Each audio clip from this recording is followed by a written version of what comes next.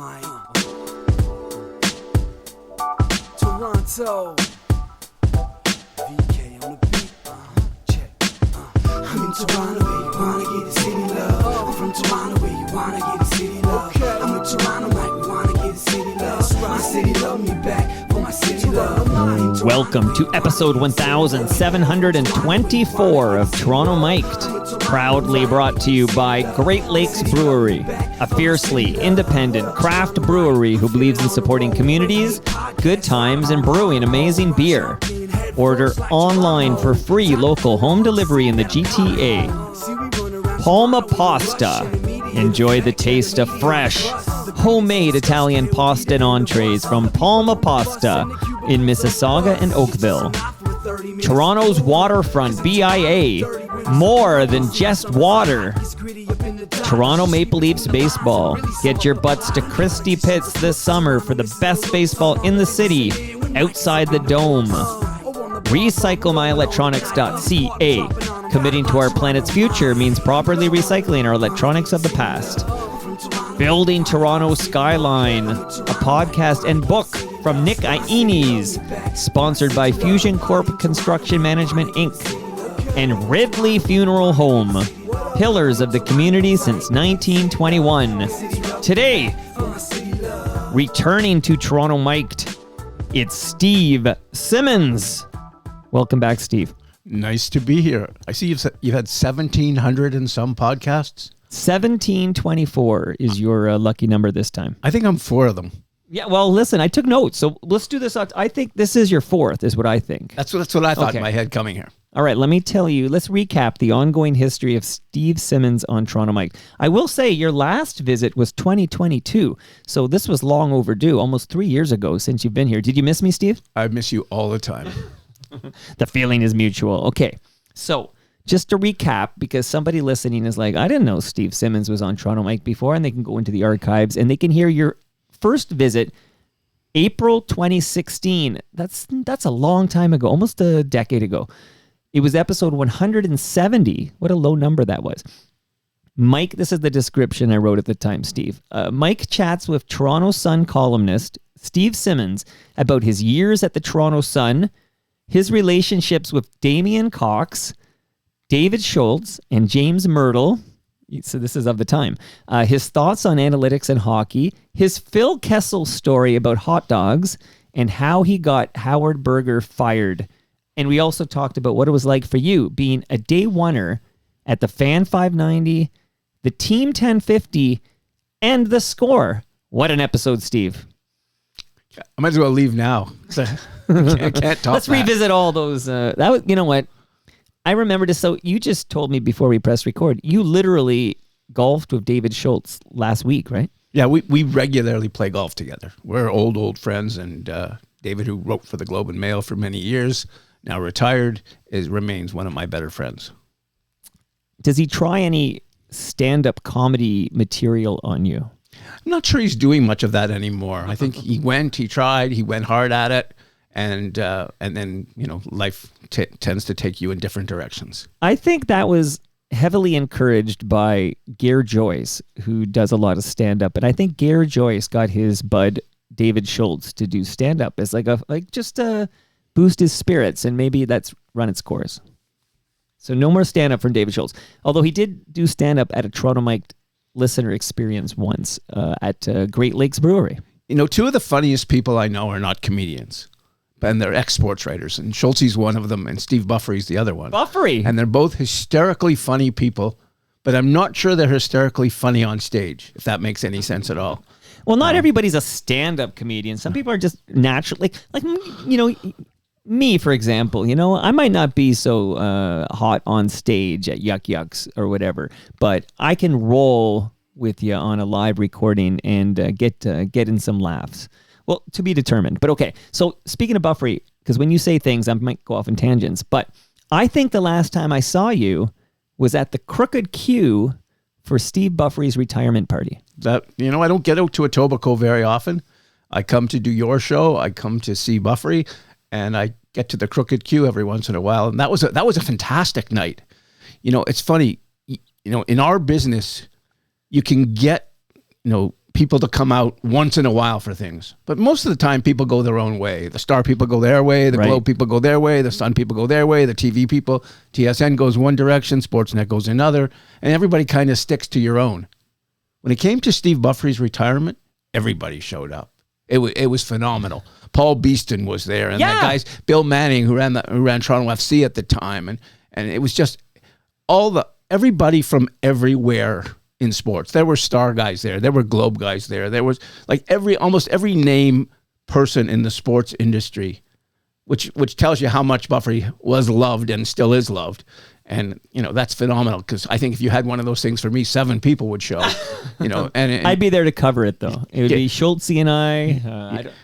Would Howard Berger make an appearance at your retirement party? He might, because he works for a funeral home, Howard. Yeah, Benjamin's. And so, he may just be sort of sizing me up for the future. Is that where you're going to end up? Because normally I do a pitch for Ridley Funeral Home, but you're going to end up at Benjamin's? Well, it tends to be for my religion. I think there's 2 funeral homes in the city that are primarily Jewish. And so I suspect one day, I will be a customer. Well, let me give you a gift, even though you won't end up there in many, many decades when it's time. But Ridley Funeral Home, they proudly support this show. Howard Berger does not work for Ridley Funeral Home, but this is a measuring tape for you, Steve, courtesy of Ridley Funeral Home. I love a good measuring tape, so thank you very much. And we'll try and stay away from Ridley, or as long as we can. As long as most of us can. So I'm going to get back to that point, because we mentioned the Crooked Q just because I did see you there at Steve Buffrey's. And don't ask me how I got an invitation, but I was honored to be there. And all these like heavyweights. I remember taking a run at Paul Beeston. I wanted Beeston on Toronto Mike, and we weren't able to make it happen. Do you think you could do something with your vast Rolodex, and maybe you could help me get Paul Beeston on Toronto Mike? You know what I've been trying to do? I've been trying to get Paul Beeston to write a book. Well, he could start with this. He just turned 80 recently, within weeks. And, if you think of what Paul Beeston has done and seen and been through, he ran the Blue Jays from day one. He built with Pat Gillick this phenomenal organization and this phenomenal team that won 2 World Series back-to-back, hasn't been topped by anyone but the one Yankees team since. Right. And so he went from there to the commissioner's office in Major League Baseball, where he was second in command of Major League Baseball. And some people thought he was going to be next guy to be commissioner, and it didn't work that way. And if you look at and then he came back to the Blue Jays and did the Alex Anthopoulos thing, right? Where, 2015, 2016. Until Shapiro was hired. Yeah, the 2 greatest. I mean, the funny thing is how the whole Shapiro thing came down. The owner of the Blue Jays now, and the owner of everything now, is Edward Rogers. Yeah. And Edward Rogers had decided that he was going to replace Paul Beeston as president of the team. And so he went to Major League Baseball and he said, give me some suggestions and names of people. And, one of the people given to him was Kenny Williams of the White Sox. And so to get permission to speak to Kenny Williams of the White Sox, one of the Rogers people, whether it was Edward or one of his, other associates, called the owner of the White Sox, Jerry Reinsdorf, who's one of his best friends in the world, is Paul Beeston. I love that story. So he calls to ask permission to hire someone to replace Paul Beeston, hangs up the phone, Reinsdorf hangs up the phone, picks up the phone, calls Beeston, says they're trying to get rid of you. Heads up, my friend. Wow. Why do you think, looking back, Mr. Rogers was so keen to get rid of Paul Beeston and Alex Anthopoulos in that regard? Well, he wasn't so keen to get rid of Alex Anthopoulos as he was to get rid of Paul and start his own sort of operation. And Edward has a guy, I think his name is, maybe Roger Ray, but his last name is R-A-I. Okay. And he's one of his best friends, and he's one of the sort of sports advisors that he listens to. And Roger Ray had told him why the Blue Jays were badly run, and showed him a bunch of statistically proven things that, turned out to be nonsense, but nonetheless, they were that. And so right. Beeston was an easy guy to replace. He'd been around forever. He was old. What's that, 9 years ago? 2015. It was the end of 2015. Yeah, it's 10 years ago. He was 70. Right. So that, you may look to be replacing that at that time. And so what happened was he started the process, got Shapiro's name through the commissioner's office, wound up hiring him out of Cleveland. And by doing so, basically eliminated Alex Anthopoulos from remaining as general manager because Alex would not work with Mark Shapiro under any circumstance. They did not see baseball the same way. They didn't like each other particularly. So there was a lot of sort of issues there. So Alex said, no, I'm out. At the last minute, before before the whole thing happened with Shapiro taking over, he offered Alex a long-term, expensive. He would have made him the highest paid general manager in baseball. Mr. Rogers spends money. We'll say that for him as an owner. He's not a cheap guy. And so he spends money, and he was willing to spend it on Alex at that point. And I wound up having breakfast with Alex at the time. Mm-hmm. And he had an offer from TSN. I think it was $1 million a year, which for Canadian television is enormous money. Absolutely. It was $1 million a year if he went and became their baseball guy, their voice of baseball. At that time, baseball was TSN was more interested in baseball than they are right now, for example. But if you look at it, Alex had the offer from TSN. He had the offer from the Blue Jays, and then he had a chance just to leave. And he wanted to stay had it been with Paul, had it been with someone that he had regard for or could operate the way he wanted to operate. He loves Toronto. His family still is his in-laws live in Innisfil. Like, he bought them a home. He's here a lot.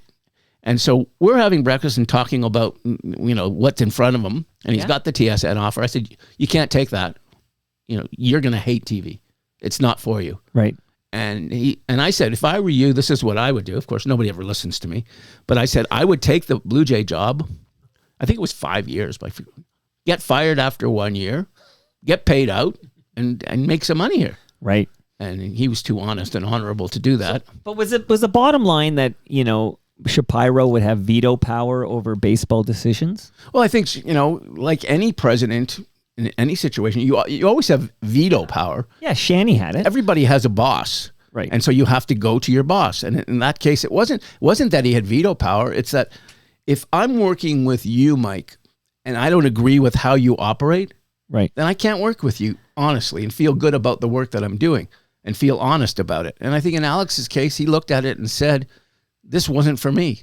And so he didn't take the money that was in front of him. He went and took a year or so and wound up, until this season, doing a phenomenal job with the Atlanta Braves. And it's funny because until this season, until right now, you can see the decline of the on the field performance of the Toronto Blue Jays, and no playoff victories and some underwhelming results. And as we're speaking, the Toronto Blue Jays are in first place in the AL East. Go figure.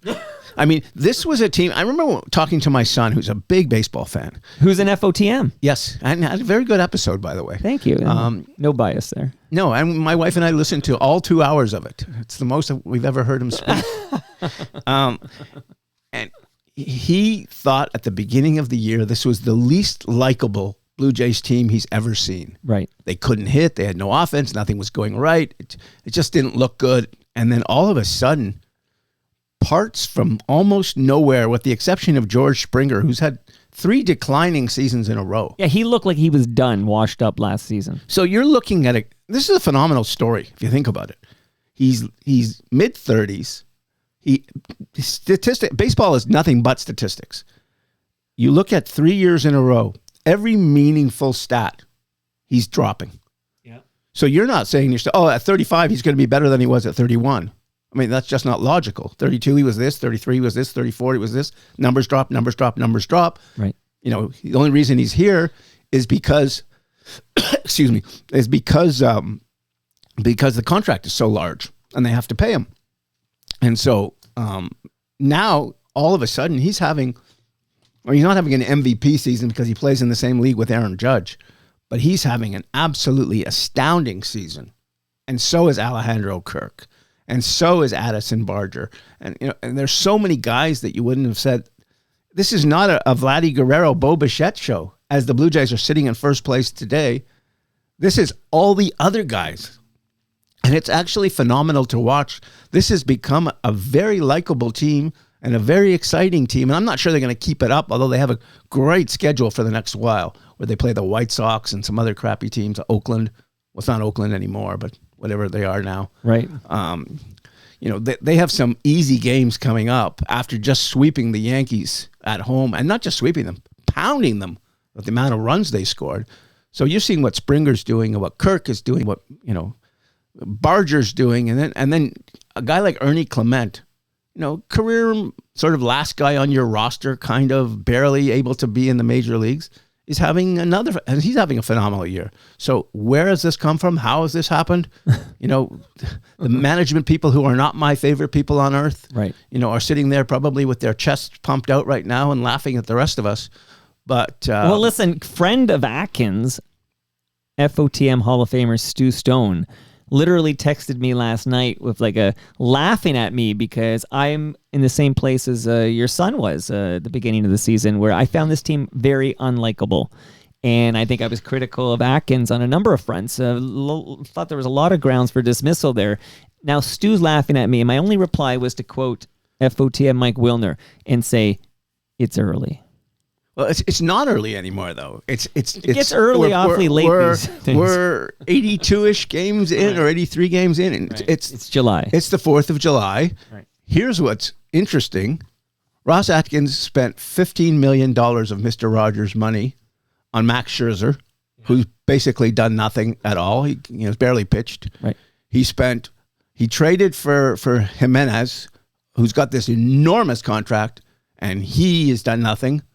He signed Anthony Santander as a big money, $20 million a year-ish free agent. He's been hurt and done nothing. So you can almost say this is a fluke that it's happening the way it's happening, but it's kind of a nice fluke because let's face it, people are kind of, grumbling about the Leafs and grumbling about the Raptors and grumbling about TFC. And there's a lot of grumbling to go around in this sporting market right now. So it's nice to see at least the Blue Jays are doing something, as unlikely and impossible as it all seems. Well, we're going to do some grumbling on this program. Can you believe we're still in the description of your first appearance in April 2016? But I now remember about a half an hour ago when we mentioned the Crooked Q that I was going to ask you if you know this name. Cliff Thorburn. Do you know the name Cliff Thorburn? Of course. Hall of Fame snooker player. Okay, so I'm not a snooker One of the great head. Canadian figures of all time. He was in that seat you're sitting in a couple of days ago. Cliff made his Toronto Mike debut, and we did get a question about whether he had played snooker at the Crooked Q. It used to be called the Kingsway Billiards or something like that. But just funny small world story that if you want to hear from Cliff, I had a good, I don't know what it was, 80 minutes with the man just a couple of days ago. I think I did a story on him about 30 years ago, give or take a week. Yeah, he won the World Championship in 1980. But he was still, he was rated number 1 in the world, I think 81, 82. So he's still going, he doesn't retire. I think he retires in the mid-90s, I think. But yeah, I had to do a lot of catching up on my snooker history and Cliff Thorburn's role. And it's unbelievable a Canadian did that. He's apparently, debatably, depending who you ask, the greatest, and I don't know what's happened recently, but the greatest snooker player who does not hail from the United Kingdom. Well, I don't know what the other countries are. I'm not big on world snooker. Ireland, Australia. Having said that, though, what you've seen in this country is, boy, has sport changed from what we might have grown up with in different times. Right. Because I remember, and I'm a newspaper junkie, having grown up in the industry and reading it from the day I was born, basically. I would always follow where Canadians all over the world, whether it was tennis or whether it was golf or whether it was squash. It was always the little, the small print at the back of the agate pages of the newspaper. Yeah. And so you'd look for Cliff Thorburn's name or George Knudsen's name or Dave Barr or whoever it was. And now we're seeing, Canadians tennis players that we do know. They're not just little names in the newspaper, or golfers that we do know that are leading in large tournaments or sometimes winning them. Or Shea Gilgeous-Alexander. Well, did you see the contract he just signed? 70-something million a year. Yeah. Wow. I'll tell you how much Canadian basketball has changed just in my time. I got sent to Los Angeles in the late 80s to do a story on a basketball player named Mike Smrek. I don't know if you know that name. Rings a bell, but I'm not. It's spelled Smrek. Mike Smrek's from Niagara Falls, Ontario, if I'm correct. And he was the backup to the backup center of the Los Angeles Lakers with Kareem Jabbar. Right. In those great years, Magic Johnson and Jabbar. I got sent to go to Los Angeles to do a piece on Mike Smrek. Why? Because he had won an NBA ring. And like nobody had ever, I don't think any. Right, because this is pre-Bill Winnington. This is, nobody, I don't 80s. believe, had ever done that. But I think he got 2 in the end. And I spent like 2 days hanging out with Mike Smrek and just, he lived in the hotel right across from the Forum. It was kind of fun. And I'm in the Lakers. In those days, you're in the locker rooms interviewing players. I'm in the Lakers locker room, and the PR guy is supposed to set me up to talk to Jabbar. Right. And I thought, okay, this is kind of cool. Get a chance to talk to Jabbar. He's a very bright man. Sure. And Jabbar thinks I'm a gag. Because why would anybody want to do a story on Mike Smrek? Like, so he thinks I'm there as a joke. Practical, one of bloopers, those blunders, David jokes. Letterman kind of setup guys.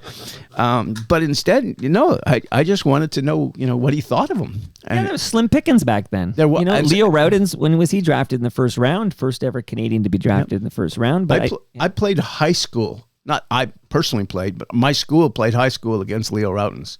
I remember. Oh, he's the kid from Keele Street. Yeah. That's what they called Leo. And yeah, but now we have guys signing for $70 million and winning MVPs and playoff MVPs, and it's crazy. We've come a long way, baby. Okay, and also a quick fun fact that kind of blows my mind. Okay, because when we were doing our Jays chat there for a bit, we talked about George Springer. Look at this resurgence from George Springer, but he can't win MVP. Aaron Judge plays whatever here. You do know there's only 2 years difference in the ages of George Springer and Aaron Judge. One is 35 and one is 33.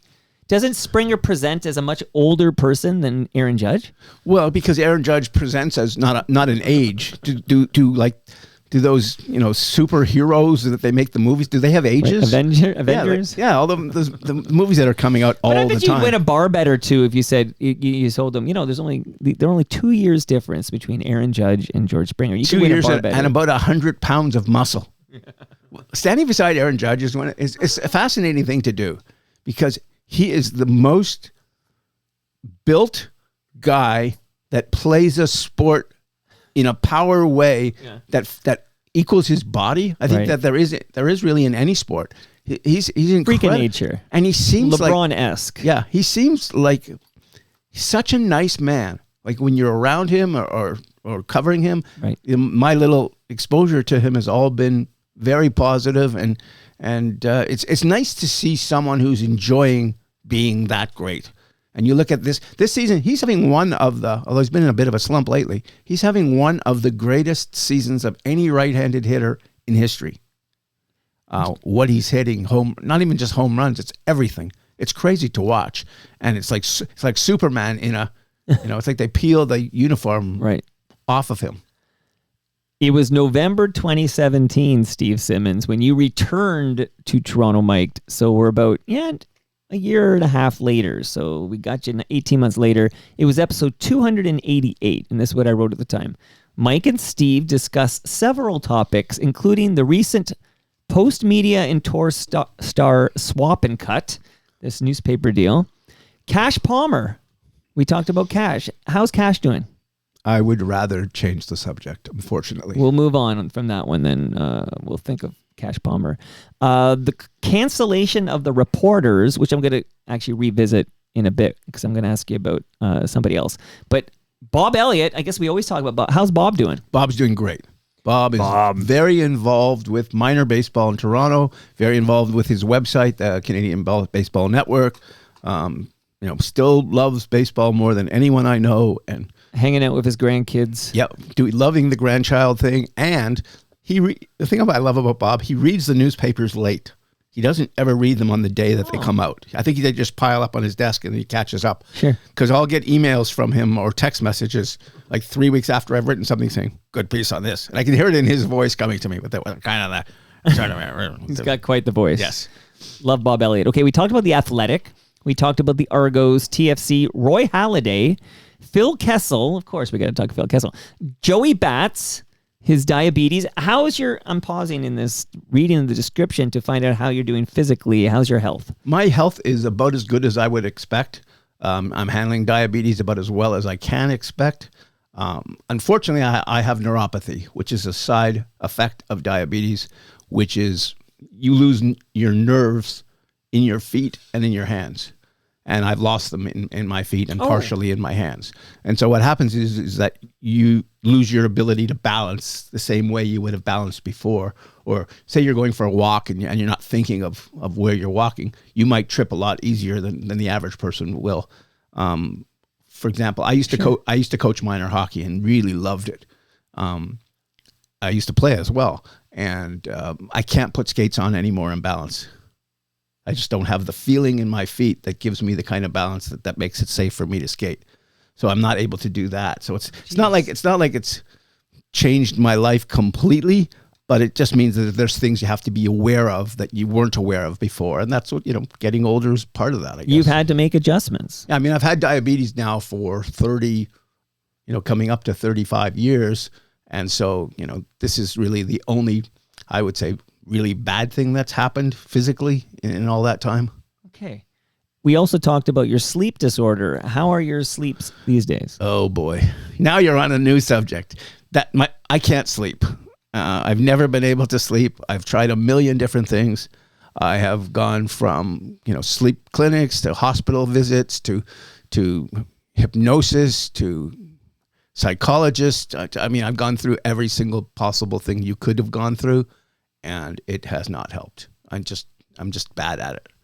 And I'm fortunate and really fortunate that I've had a job that I don't have to be up early and be at work at 8 in the morning or 8:30 in the morning. Do you that's a hand-me-down. My wife got a new one and she said, "Do you want to try this?" And I said, "Okay, let me see." It's a Garmin watch, but it tells me how my sleep is. Like every day I get a sleep score, and it talks about how long your sleep was. Did you get into REM? All these interesting things. And REM, not the band, Yeah. I'd rather the band, by the way.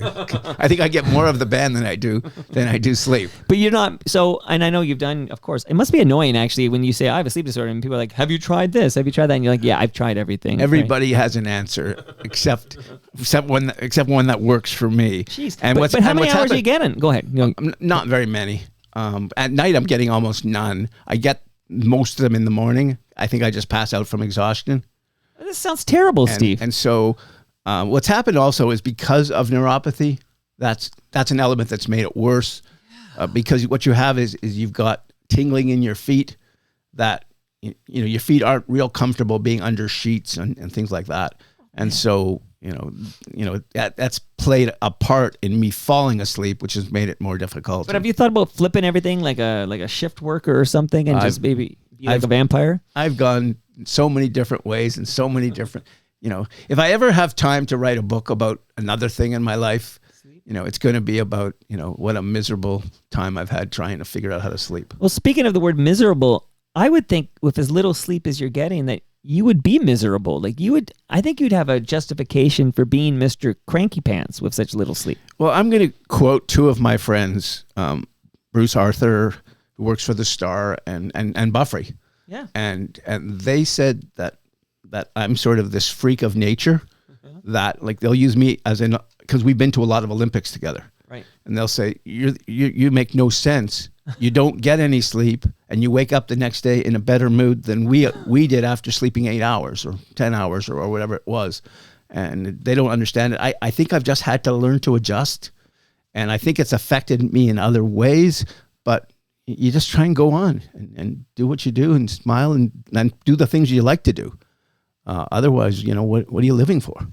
More on Bruce Arthur later when I bring up the reporters. But we also kicked out the jams that episode. So if people want to hear Steve Simmons play and discuss his 10 favorite songs of all time, that is episode 288. One more to go here, and then we'll actually start this episode. So the third visit of Steve Simmons was October 2022. That was your most recent visit until now. It was episode 1142. So 1142. It's quite a gap between 2 and 3. I'm just looking, but there was a pandemic in there, so we'll blame that. Mike chats with Steve Simmons about what you wrote about Akeem Alou, and Wayne Simmons. Your polarizing presence. This is a constant thread. We'll revisit it at some point today. But how long you'll write your new book, A Lucky Life, Gretzky, Crosby, Kawhi, and more from the best seat in the house. That was your fabulous book. Loved reading it. And that was, believe it or not, and I don't know if we have that kind of time today, but we went 2 hours and 20 minutes when we talked in October 2022. So there you go. Now this is your fourth appearance. And here we are. Okay. We could just run back the other ones. By the way, some of them we'll revisit. I have a question. Is that George the Animal Steele over there? Yes. Okay. In fact, I mentioned Stu Stone. So Stu Stone is close personal friends with Atkins. In fact, I went to a movie premiere. Stu directs movies, and Atkins was in the row in front of me. They're good friends. So when I would be critical, and I think I was well within my right to be critical of some decisions and moves made by Atkins, Stu would kind of just defend Atkins, and he's having the best time right now. Like, you should see these text messages. He's acting like we won the World Series, and I'm just saying, it is not as early as it used to be, to coin a new phrase. Yes. But it is early July, and, I'm kind of morphing into a playoffs only guy. But yeah, George the Animal Steele. This is from my time, WWF time. I was a big mid to... Yeah, I have a box of these at home. I have it like... Oh, do you have the ring? Yeah, I don't think I have the ring anymore, but I have a box of figures, and the kids have drawn over a bunch of them from earlier in the Well, don't days. throw those out, Steve. Oh, no, okay? I'm definitely not I can't throw anything out, but that's... Oh, you get some hoarding going on there. Yes. Lots of old sporting collectible kind of stuff. My wife will throw all of it out tomorrow if she could. Oh, my goodness. Okay, so I have to ask you about somebody who was in the news recently. But before I do that, I'm going to let you know that I have a lasagna in my freezer for you, Steve Simmons, courtesy of Palma Pasta. Have you ever enjoyed Palma Pasta? I have, and their lasagna is awesome. Okay, I got one for you. Thank you, Palma Pasta, for feeding us all last week at TMLX 19. And we were at Great Lakes Brewery, and Great Lakes brought us our first beer and, of course, fresh craft beer from Great Lakes. The guys from Great Lakes were here earlier today to record a new episode of Between Two Fermenters, a podcast from Great Lakes that I am lucky enough to produce. And speaking of such, I highly recommend Building Toronto's Skyline from Nick Iones. That's a great podcast. He's in condo development, and there's some great conversations about building Toronto's skyline. And, of course, recyclemyelectronics.ca, Mr. Simmons. That's where you go if you have old cables. I know you said you don't throw anything out, but if you have these old cables, old electronics, old devices, old laptops, make that visit to recyclemyelectronics.ca, put in your postal code, because you can drop all of that off to be properly recycled so the chemicals don't end up in our landfill. Let's do that, Steve. I've got a few things for them. Okay. Well, listen, you might need a bigger boat, as they say. By the way, did you see Jaws in theaters? I believe many years ago. Well, 50 years ago. So Jaws just celebrated its 50th birthday. That's why I said many. All right, 50 years ago, you were old enough to see, I'm trying to gauge the age, but you were old enough to see Jaws in theaters 50 years ago, is what you're telling me. I was university age, if I recall. You can do that then. Okay, I'm going to go to my YouTube channel and play a little piece of audio. Here it is, right here. Hopefully this works. Let me see what happens when I play this from YouTube. Well, Tim, this is our last show. Yep. How many podcasts have we done? I don't know. This is our 313th. 313th. Yeah, we've been listened to all around the world. It's just amazing how many different countries, people download and listen to it. We've had 6.5 million downloads, which is pretty good. So how many? 6.5 million downloads. That's an awful lot. Thanks everybody for listening, and toodaloo. So this is from, I guess, a couple of weeks ago now. This was Don Cherry seemingly signing off for the last time. You heard those words that were said there, and this was promoted on the official Don Cherry X account as the finale. So I know that there's some, Joe Warmington had a chat with Don Cherry, and Don suggested they were just done for the season, just done for the year. But I don't know. What are your thoughts?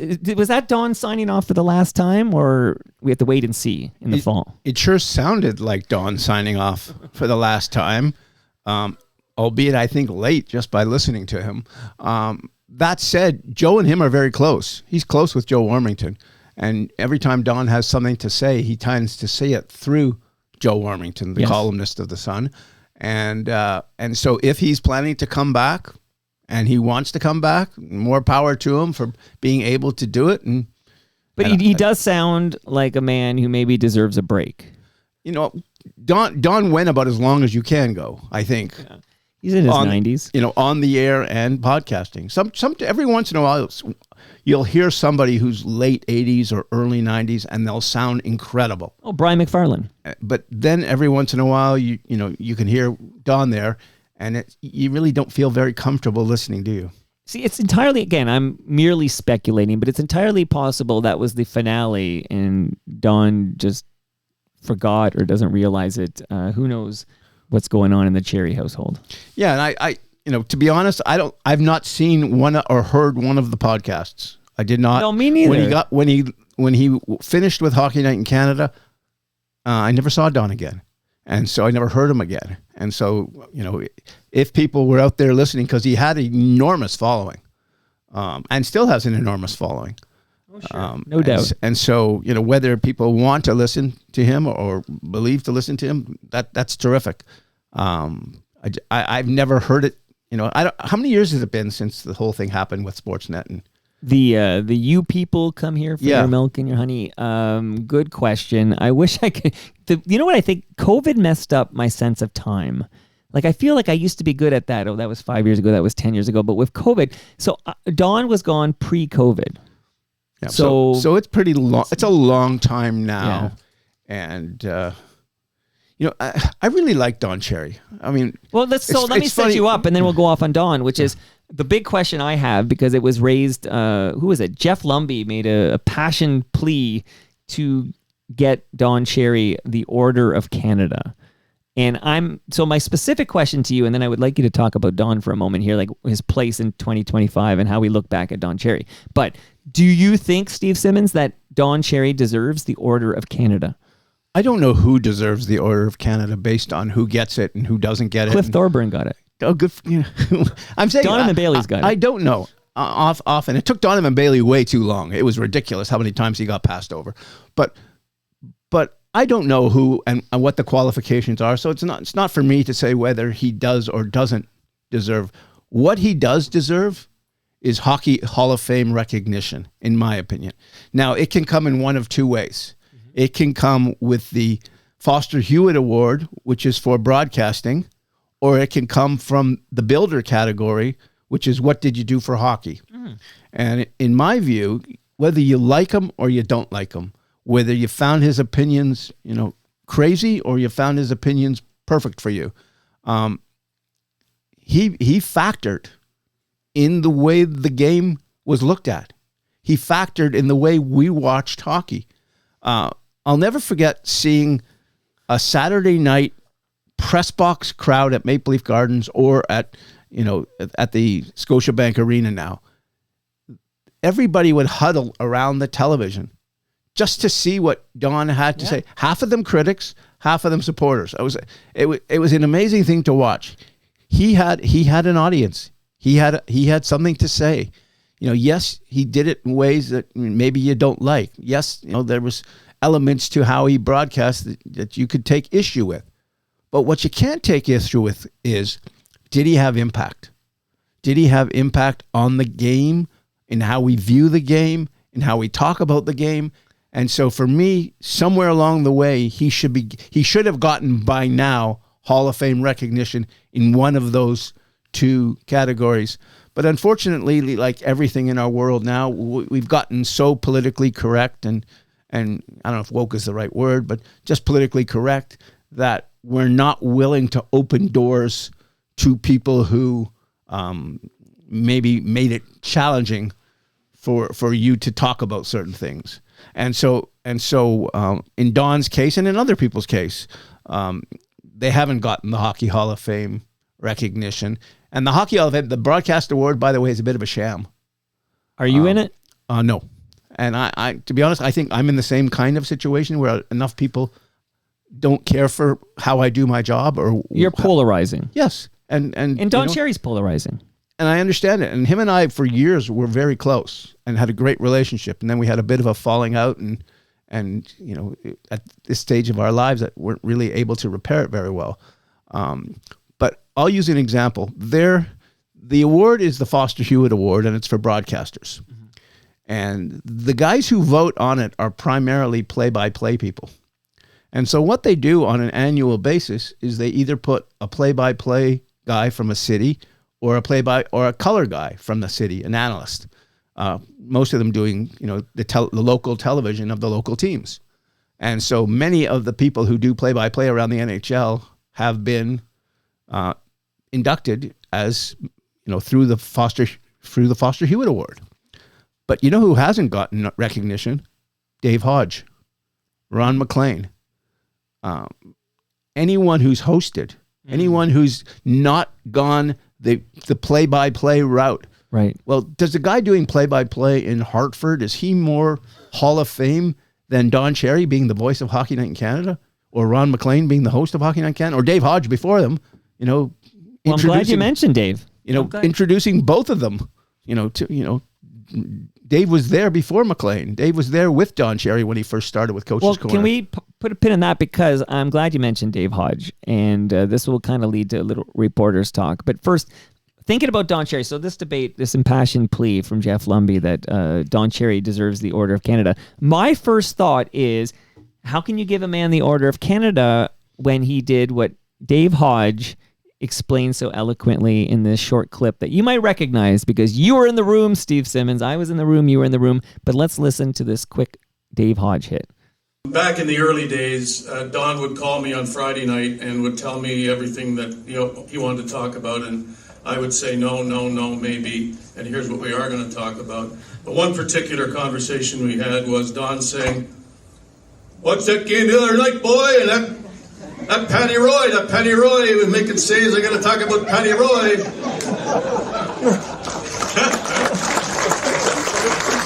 You can see why he insisted. And I said, "Don, if you want to talk about that goaltender, we will talk about Patrick Waugh." And Don said, "I call him Patty Roy. If I want to call him Patty Roy, I can call him Patty Roy." I said, "By doing so, Don, you're insulting the man, you're insulting his family, his friends, and the entire French-speaking population of this country, largely based in Quebec.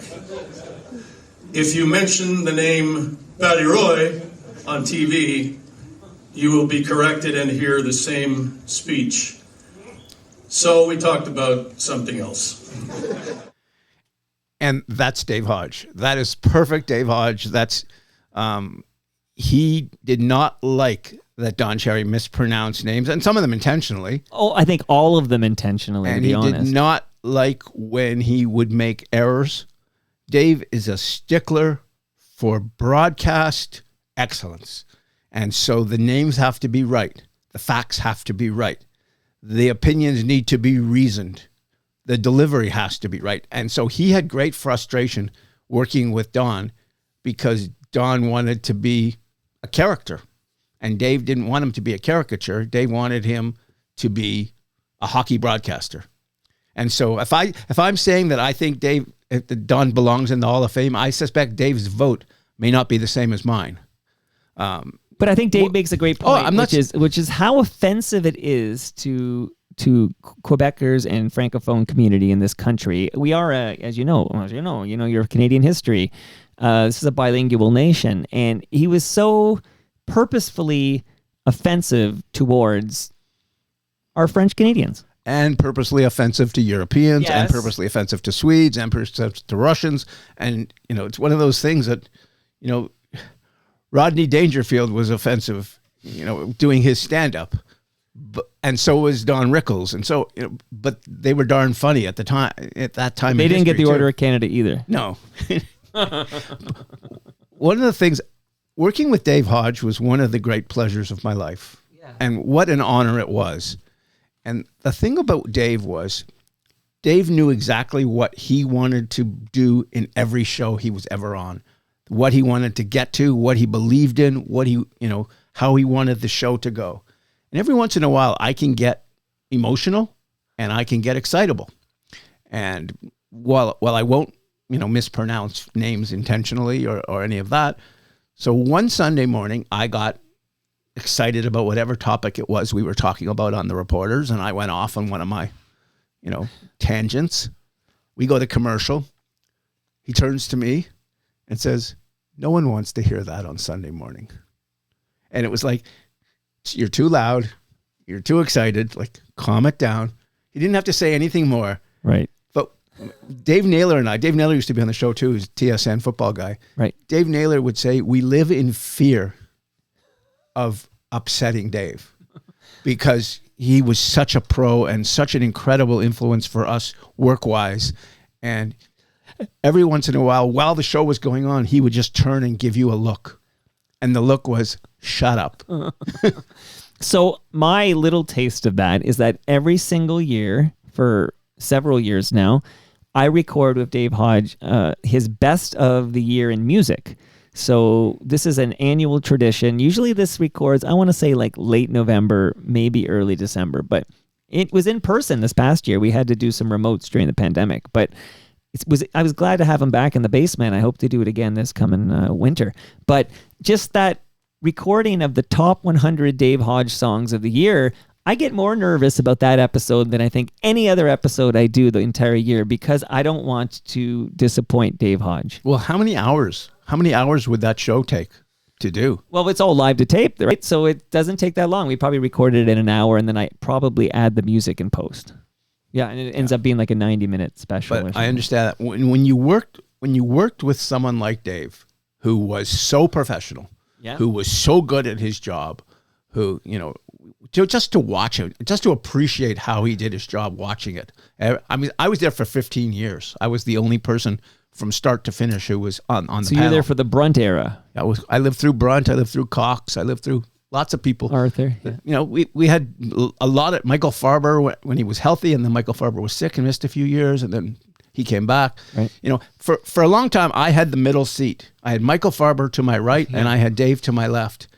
And it reminded me of, if you were in class in grade 5 and the two smartest kids in the class were right beside you, right. Right. One on each side, you were in the dumb seat. And that's how I felt most Sunday mornings, that I was in the dumb seat, because Farber was using words I didn't even know, and Hodge was saying things that were just so darn smart that, I had to take a back seat. So tell the listenership that recording I played of Dave Hodge. Where was that recorded? I believe that was when we were at the Paradise Theater. We did our last actual show was live at the Paradise Theater, which is on Bloor, I think. Is it College? College. Where? I think it's College. Okay. I bike by it all the time, but I believe it's College. But, okay. But the Paradise, it could be Bloor though. But it's one of those streets. We're in the right neighborhood. But the Paradise, I was there because that entire recording was dropped into the Toronto Mic'd feed as a bonus episode, basically, to witness. But when I was there, so I had two thoughts at the time. Now we're going back several years, because this is, if you remember, Brendan Shanahan was there that night too. How could I forget? I waited afterwards. Because he went.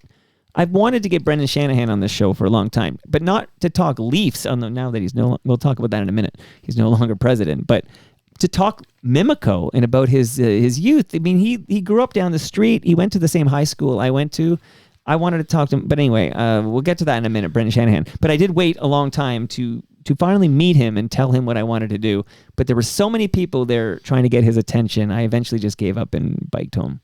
And I'll never forget that night. That's the night somebody stole the lights off my bike that night, locked up outside the Paradise Theater. Okay, so at the time when we recorded that episode, and I was honored to be a part of it, a couple of things. One is I thought maybe this was the first in a series. Because it was a full house. It went so well. I said, maybe there'll be regular live recordings of the reporters. But that was a one and done. Was there any conversation ever about doing another one? Oh, yeah. There was a lot of conversation about what was going to happen to the show and where it was going to go. And there was some interest. I believe this is pre-COVID.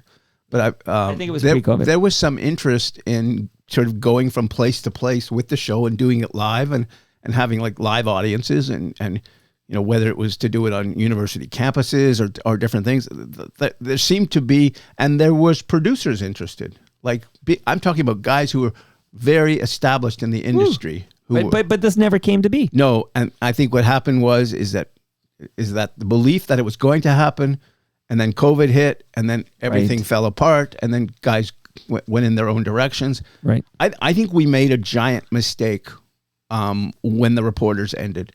And the giant mistake was we didn't take the show immediately to podcast. Okay, so the second thing, because I teased it by saying two things I thought at the time. The one was more live events, but the second one is, why isn't this a podcast? Well, and I had conversations with Dave about this. Yeah, and Dave was the one person at the time who I think really, when the show ended, he was ready for the show to end. I don't think he wanted to. He's a music guy. Yeah, but I don't think he wanted to see what it would become. Right. Bruce was the youngest of us, right. And it was Bruce and Farber and myself. Right. And I'm mad now. It's all these years later. I'm mad now that we didn't do it, because I really truly believe, had we taken the show to podcast immediately with Dave or with another host, then we would be one of the top sporting podcasts in Canada right now. In my opinion. Well, at the time, I had lengthy, serious discussions with Dave Hodge about the reporters becoming a podcast. And I think the hiccup, that the reason it never happened, was Dave was keen on, getting the money up front. So it always comes down to the money, right? Like, so getting the money up front for something, and I was more I'm not a sales guy, as you know, it's Steve Simmons, but I was more keen on creating the compelling content and then getting the money. So it was more about what comes first. When you look at, again, retrospect being what it is, people were not making a whole lot of money in podcasting at that time.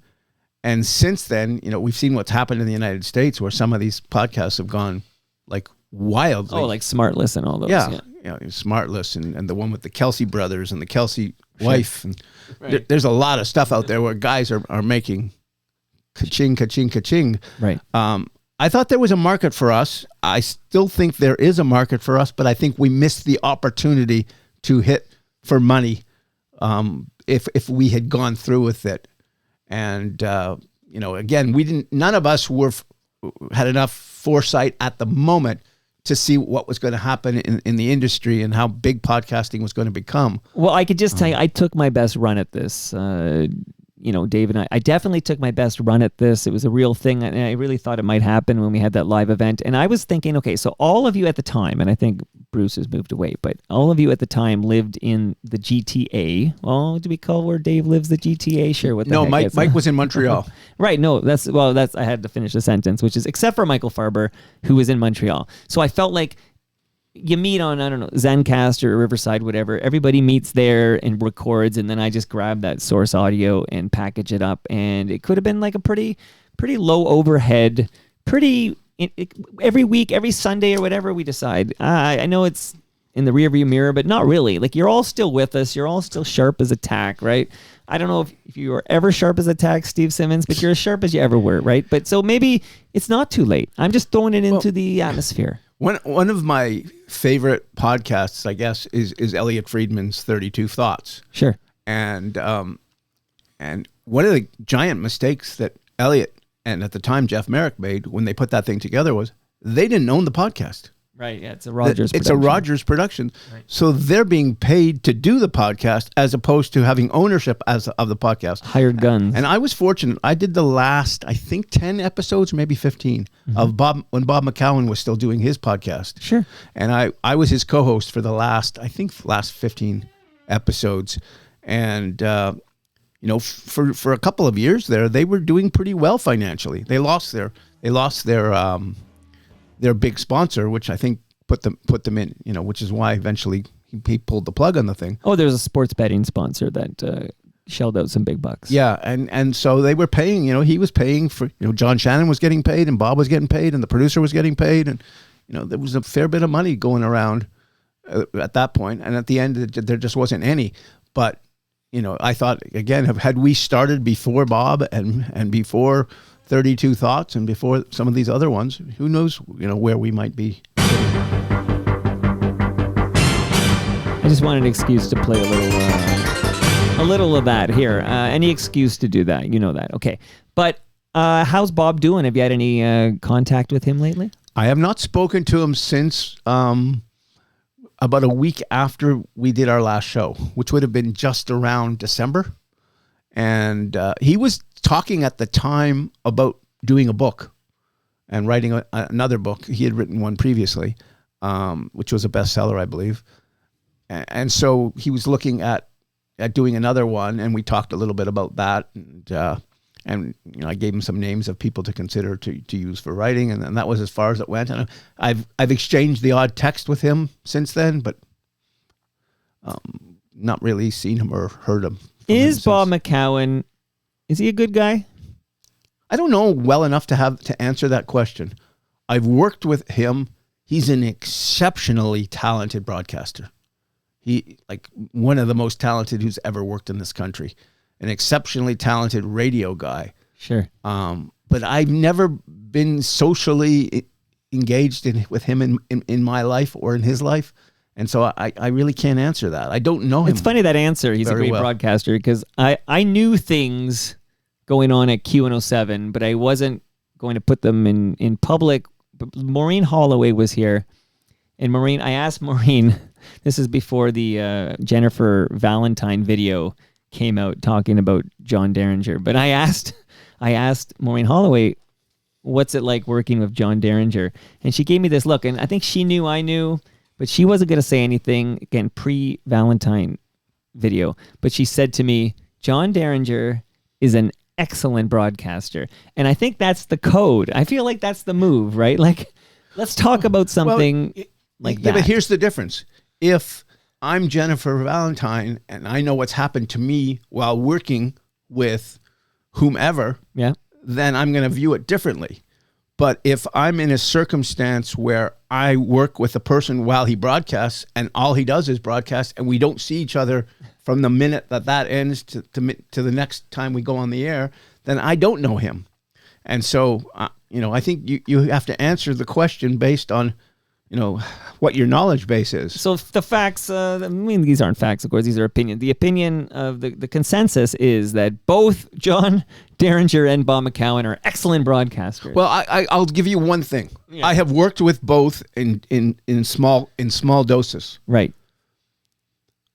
I never found Bob to treat people badly. That's not what I found. I saw instances at times of John doing that. And that's not in a Me Too-ish way. I'm talking just ripping someone a new one, maybe. Yeah, I've heard these stories I saw too. that, and I know some people, prominent people in our industry now, if they were honest, would tell you those stories.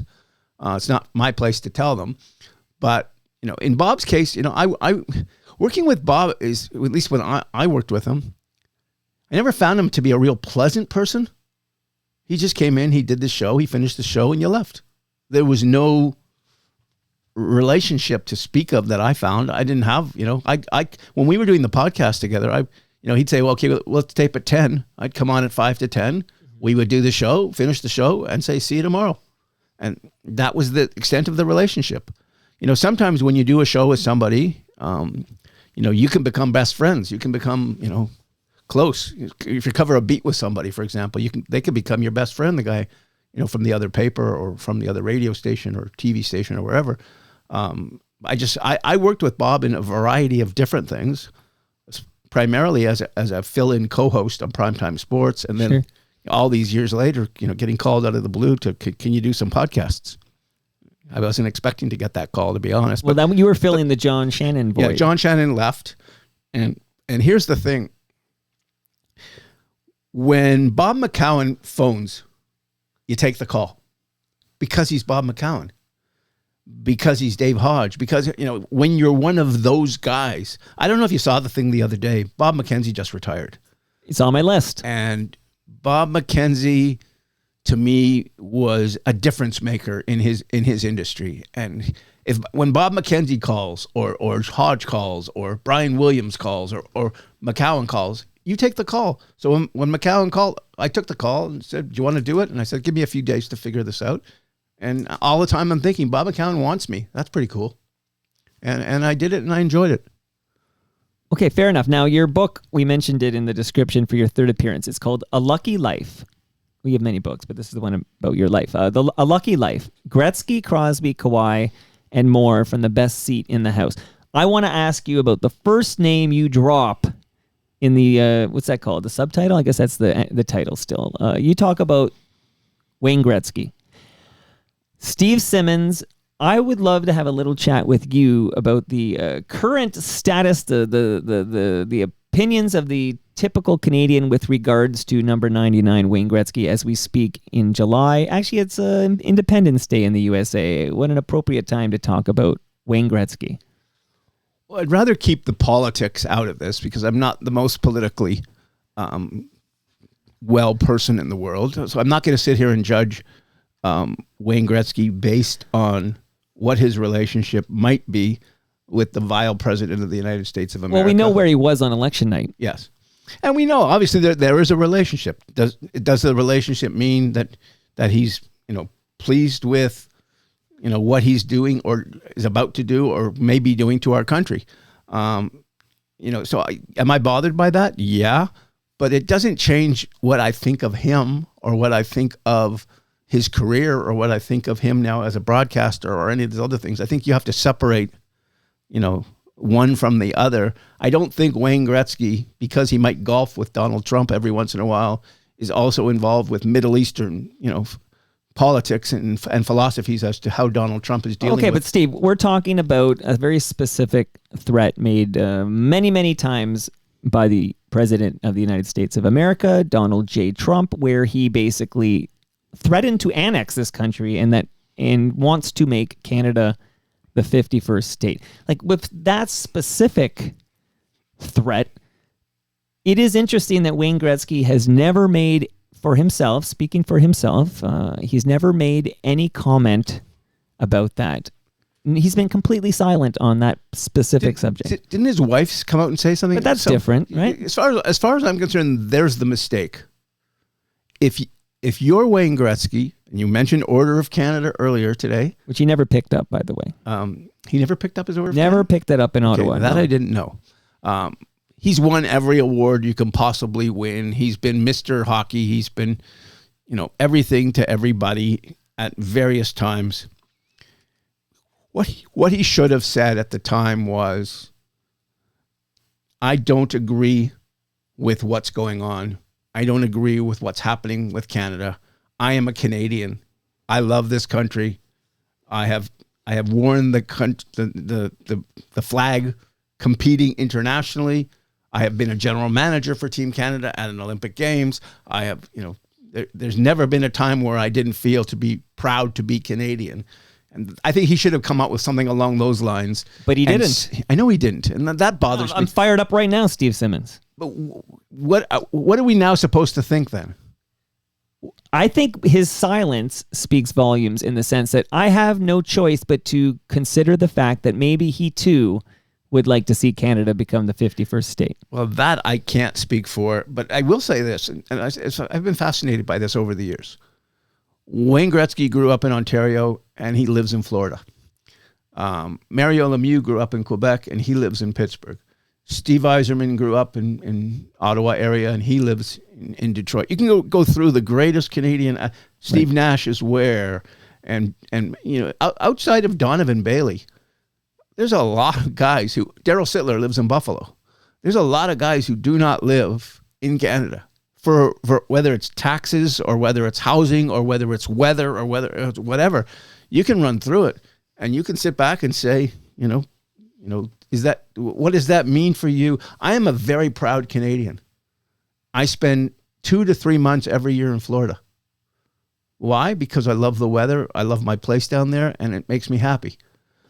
Does it mean I in any way agree with their politics? No. Does it mean that I have any use for Trump? No. Does it mean I like what they're doing with our country and tariffs and all that? No.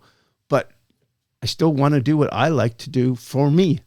And so I understand why Gretzky lives where he lives and why, where Lemieux lives where he lives and everybody else seems to.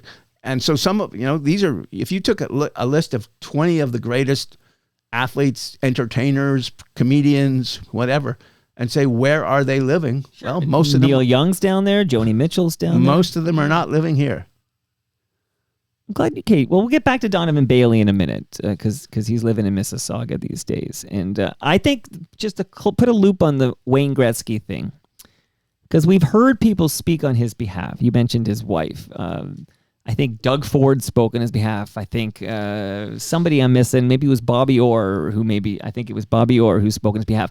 The fact that Wayne Gretzky didn't make such a simple statement to say, I'm a proud Canadian, I love Canada, and Canada will always be a sovereign state, like always be a sovereign nation. Like a simple statement like that. But the fact that we never heard anything of the sort from him, even during the Four Nations when he was our ambassador. What was the term? I can't remember now, but he was the ambassador or whatever for Team Canada, and he was in his suit, and there was not even a reference to the fact that I'm friends with Donald J. Trump. You're right. I'm not going to shit on him for being a Trumper and for wearing a MAGA hat. I'm not even going down that road. I know there's a lot of people I know and respect who like Donald Trump and support his politics, and that's a whole different category. But to the 51st state nonsense, to simply make just a statement like, of course Canada is not for sale and will never join the USA. Canada's proud sovereign nation. Like that's it. That's all we were looking for. Yeah, and whether he got the advice to do that and chose not to, or whether he didn't get the advice and still chose not to, I think he made a mistake with regards to how people will perceive him now. Well, is this now just something in this point in time in history? Will 3 years from now, will this matter? Will it matter 5 years from now? We don't know that. See, if I had told you Steve Simmons, and we'll move on from Gretzky, but I'm all riled up here. But if I told you just merely, let's say 2 years ago, if I'd said to you, hey, there'll be a day in a couple of years when Wayne Gretzky comes to Canada and gets soundly booed. Like if I said that to you, you would say, Mike, you're nuts. Oh, yeah. I mean, that's obvious. But listen, there's been no time, I'm coming up to my 70th year. There's been no time in my lifetime where our country has been under siege. Right. This is the first time. Right. So this is something none of us have ever lived through before. None of us have ever witnessed before or seen before. Right. So we don't know what to think. And we don't know how to react other than we're willing to protect what's ours. And we're willing to protect what we've fought so hard to build. And we're taking notes of the Kevin O'Learys and the Wayne Gretzkys. We're taking notes. Okay. Yeah. And you know what? It still strikes me impossible that we're living through this and that it's actually happening. And that, I can't believe, the last years of our former prime minister and what happened in this country and what's happened in the country in a variety of ways. But I was really hoping that the new prime minister would be somebody I would be happy for or be excited about. And I'm finding now that I'm having less, what's the word I'm looking for?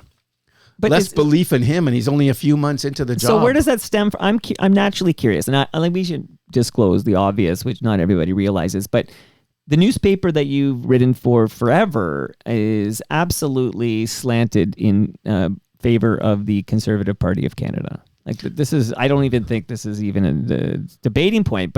And that's not to say you share those regular. I've had Liz Braun on the program, and she's, bleeding heart lefty, okay? And she wrote for 100 years for your paper, so it doesn't mean it applies across the board. But one of the more conservative sports writers I've ever met is the aforementioned honorary mayor of Etobicoke, Steve Buffery, right? So I'm just curious, what specifically has you so unhappy with Mark Carney's performance as prime minister? I don't trust him. I don't believe what comes out of his mouth. I don't like of how he says one thing in an election and then does something else after the fact. And so I was looking for strength.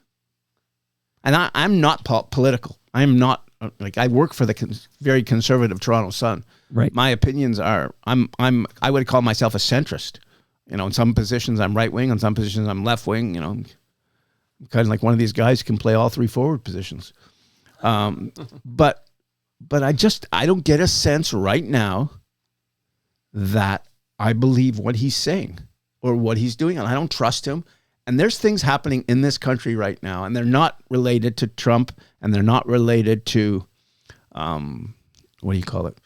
This whole taking over of the 51st state and all that. But the level of hatred in this country right now across the board we just saw something in Toronto happen yesterday. We've seen things in Vancouver recently. Like you hardly go a day now without some kind of hate involved crime. And I want to know, in this place that used to be this place I was so proud of, where did this hatred come from? And why is it so prevalent now? And I don't understand it, but I sure don't like it.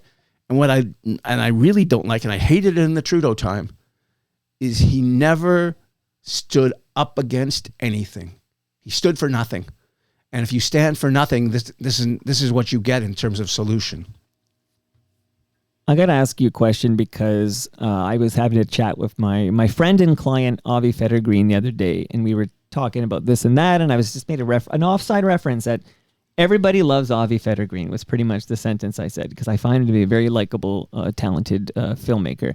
And he said, I was spit upon. And then I had to inquire, like, what are you talking about? You were spit upon. And he started to tell me the story that since October 7th, he has experienced a level of anti-Semitism in Toronto, the likes of which he had never experienced prior. And he said that he was literally spit upon. I don't know if he was coming out of the temple. I'm not sure. But I was curious, is that what you're referencing when you talk about the hate-involved crime? Is it what has been experienced by some Jewish people in the city since October 7th? Well, it's not just Jewish people. I think we saw what just happened in Oshawa. Was it a day ago? That wasn't Jewish people. It's a different religion. It's a different culture. We saw what happened in London, Ontario, when the guy with the car drove over a whole family. Right. Like they were Muslim. This isn't the Canada I know. And so when I live in a neighborhood that's, I'm not going to say fully Jewish, but it's predominantly Jewish. And there's a strip mall not far from where I live, and there's two stores and a restaurant side by side in a strip mall. All three were vandalized with Jewish anti-Semitic symbols recently. And I thought to myself, what do the people who live in my neighborhood have to do with what's going on in Israel? Right. What do they have to do with what's going on in Gaza or what's going on in the Middle East or policy? I don't remember getting the phone call from Netanyahu asking me what I thought he should do. I might have an opinion, but the opinion is somewhat meaningless. It's my opinion. That's all it is. But why is it that in our, and it's not just our country now, it's happening, unfortunately, it's happening all over. You're seeing it in the United States on college campuses more than anywhere else. You're seeing it in the UK. You're seeing it in France. It's where all of this hatred has come around the world in recent years. It's hard to figure. And we took a certain value being Canadians. I think we took things like safety for granted. I think we took, not being spit on for granted. Freedom of religion. Yes. And so when this now happens, it's like, where am I and what's going on and who's protecting me here? And that's my complaint with basically all levels of government. And to be honest, the mayor of Toronto is the top of my I can't stand her list. Olivia Chow. Now, and I don't live in Toronto, so I'm happy for that. Okay, now this conflation, this despicable, wrong conflation of basically somehow if you're angry at Israeli policies and what's happening from the Israeli government, and then you apply this to people of the Jewish faith. I mean, it's a faulty premise and totally erroneous and unfair and wrong, and it makes me sick. But it applies kind of both ways in the sense that I have absolutely had somebody on the program be sympathetic to civilians in Gaza and was told that opinion was anti-Semitic. So like this I'm saying this conflation is wrong both ways. Israel and I have this chat with Ralph Benmergui all the time, my friend and client. But the fact that you can absolutely be a proud Jewish person and be against the policies of Netanyahu and not agree with what Israel is doing in response to October 7th. These are two separate. Yeah, things. but people don't view it that way. Right? No, that's right. It's not people viewed that way. Right. And so, therefore, if I am a Jew living in Thornhill, Ontario, Yeah. I am clearly the person who was to blame for the hospital being Right. bombed or whatever place Yeah. was being bombed that day, while they're searching out Hamas leaders. There's too many elements for a sports writer to be really making sense of any of this, other than the fact that No, it's disgusting. Well, here's the thing. I'm married to one of the great people of all time. She's now put up with 40 years of me. She should get the Order of Canada. She should be getting Donovan Bailey's gold medal. Is what she should be getting. Both of them. And you think about it, but she is so angry about not feeling safe for the first time in her life. She's a Cape Bretoner where they don't lock their doors. Right.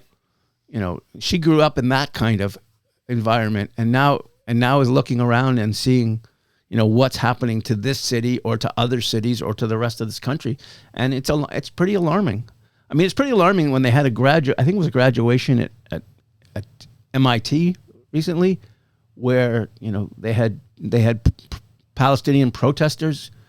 What do they have to do with graduation at MIT? Like, this is the struggle that we have now is we don't know who the people are that are hating.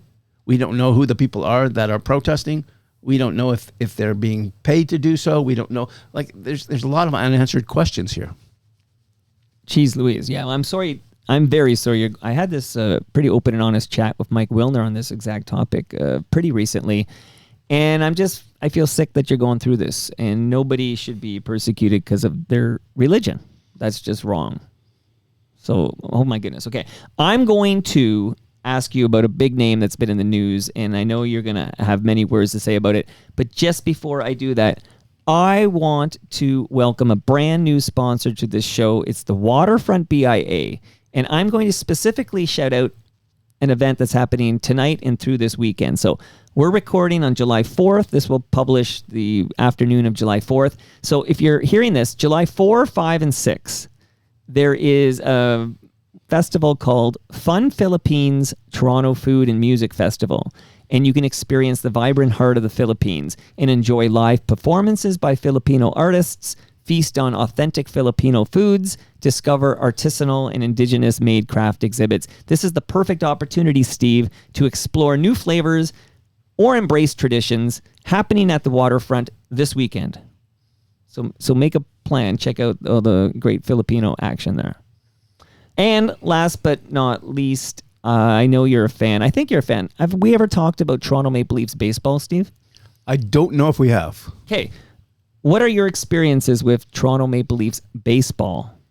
Well, it's funny. We're just talking about hate and riots and all of that. My dad would tell me about the Christie Pitts riots from 75 or 78 years ago, how many years ago it was now.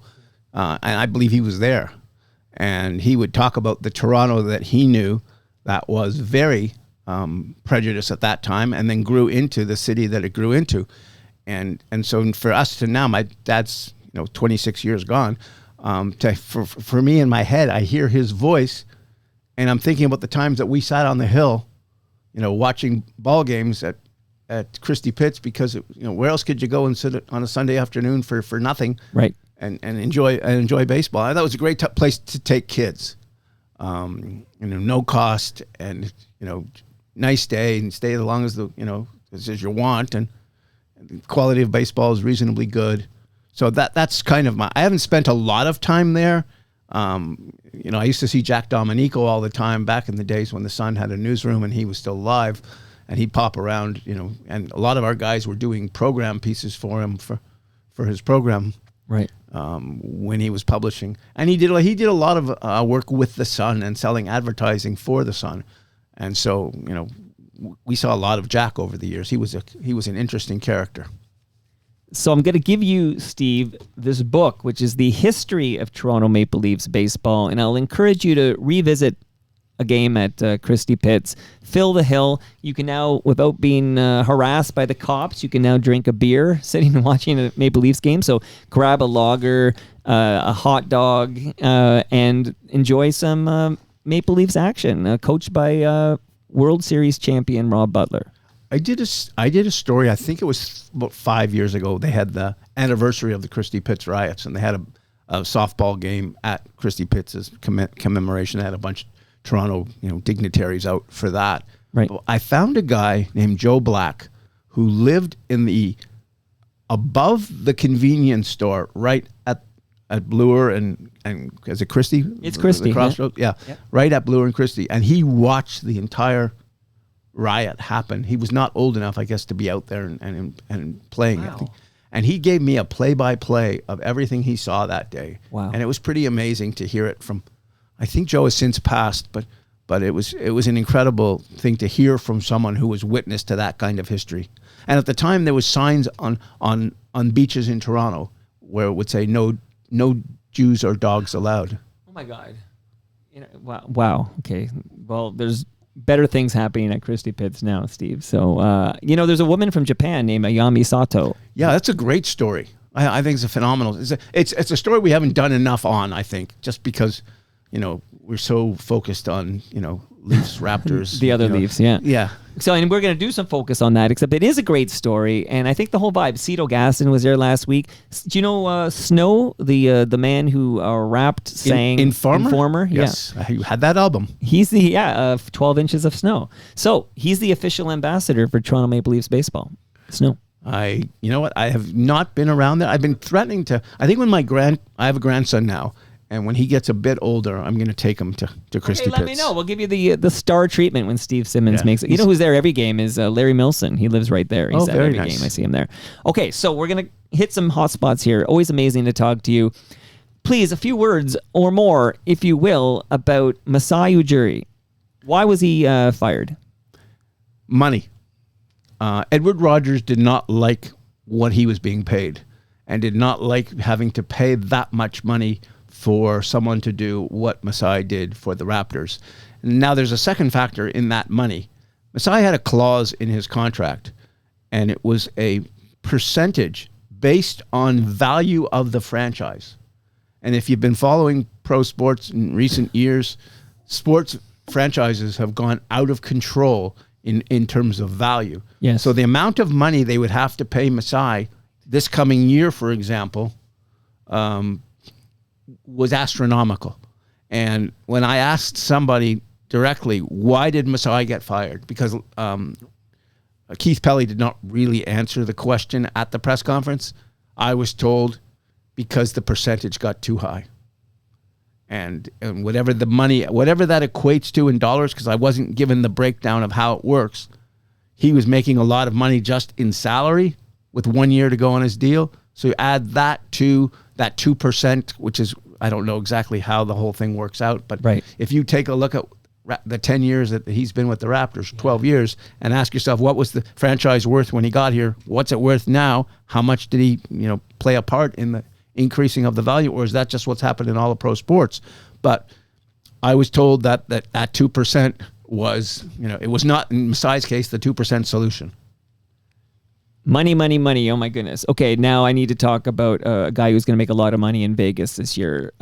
Mitch Marner.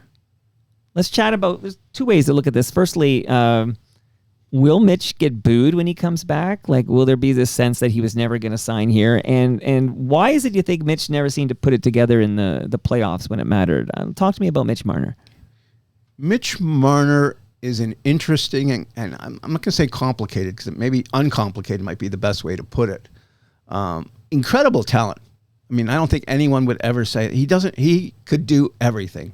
Yeah. Mitch is, exceptional skater, exceptional vision, exceptional passer, exceptional playmaker, creative player, all those things.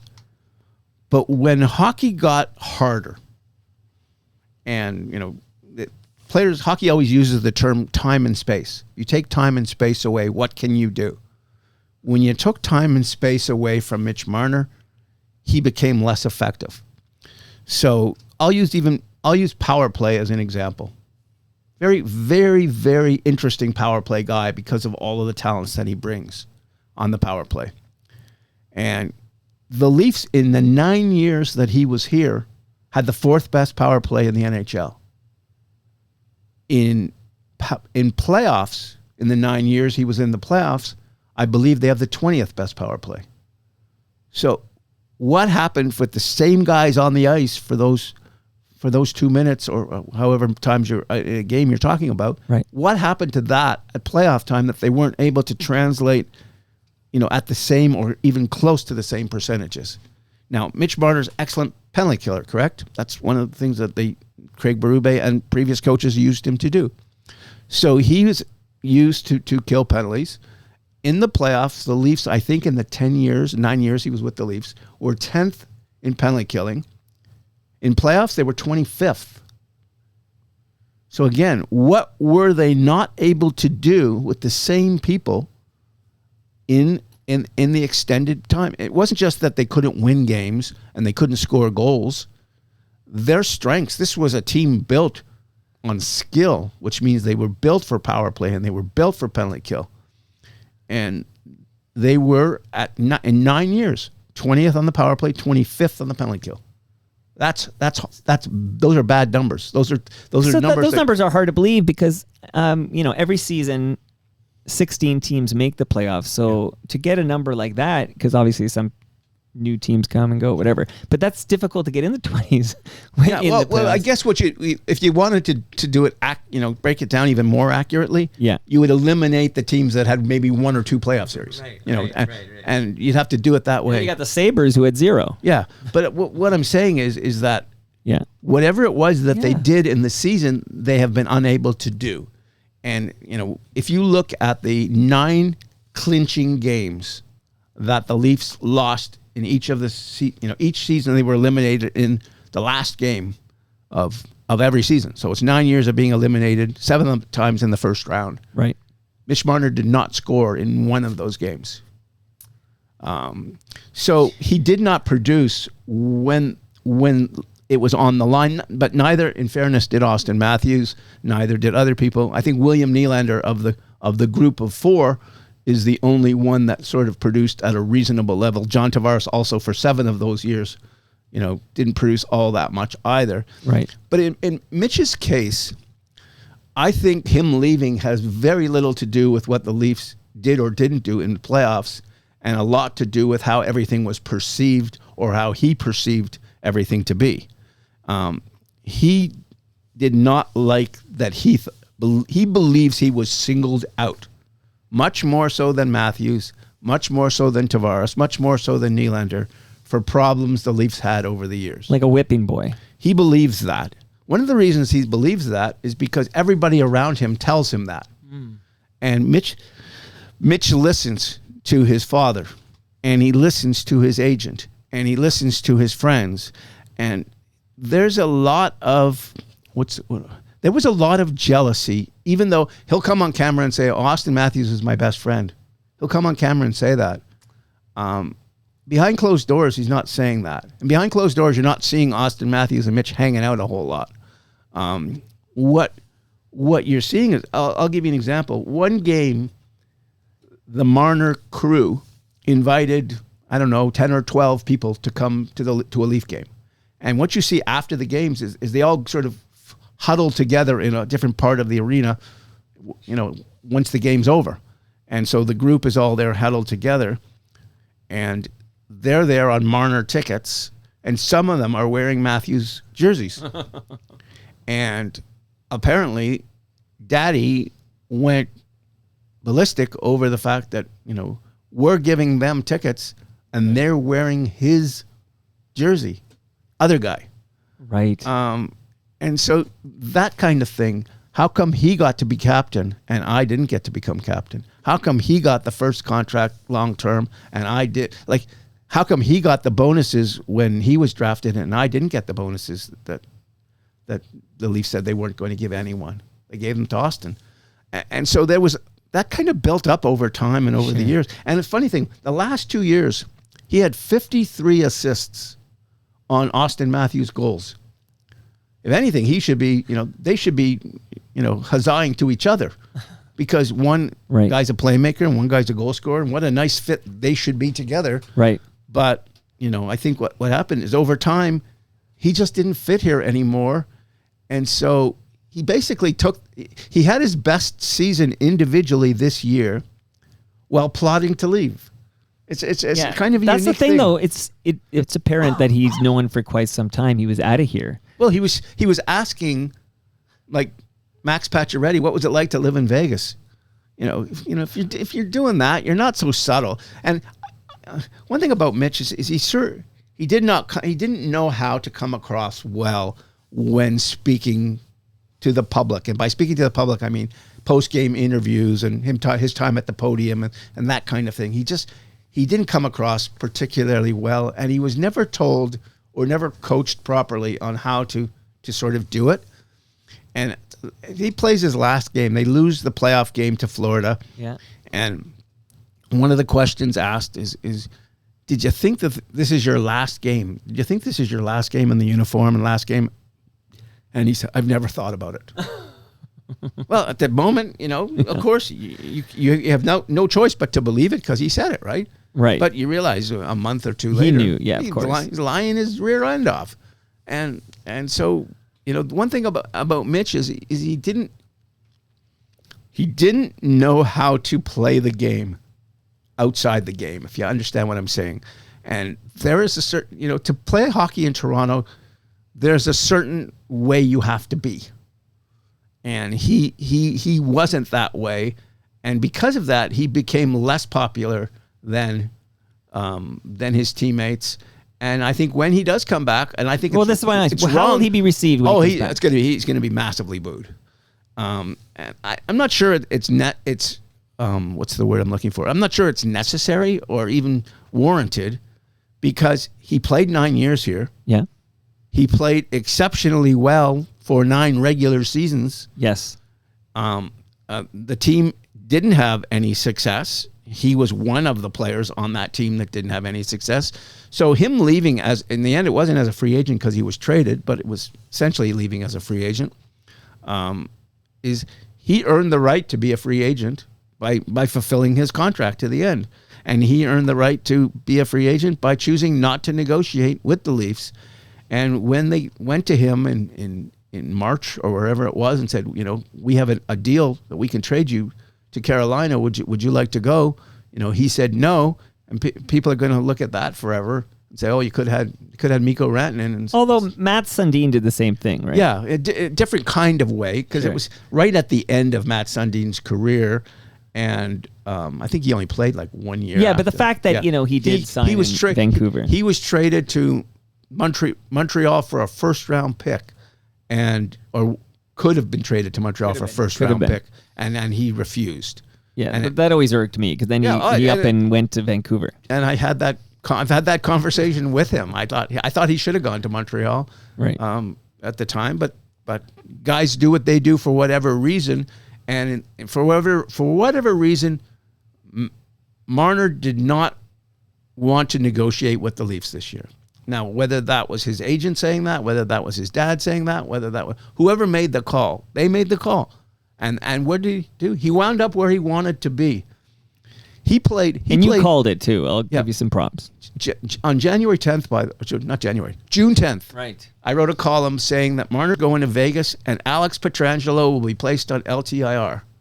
And here we are, it's July 4th, and what's happened? Marner's in Vegas, and Alex Pietrangelo's career is over. There you go.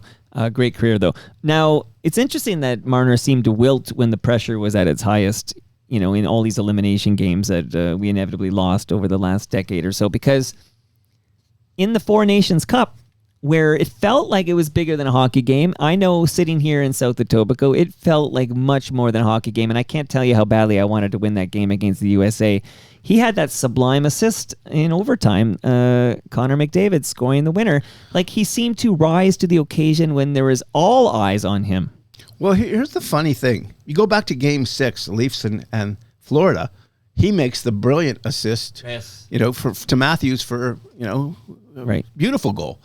So he has those moments in him.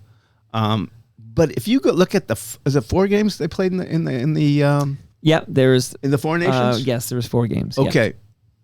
He played a lot in game 1, not very much in game 2. Was used sort of sparingly in 3, and then played like John Cooper had him figured out. I'm not going to play you 20 minutes or 19 minutes every game. Right. I'm going to play you when I need you in certain circumstances.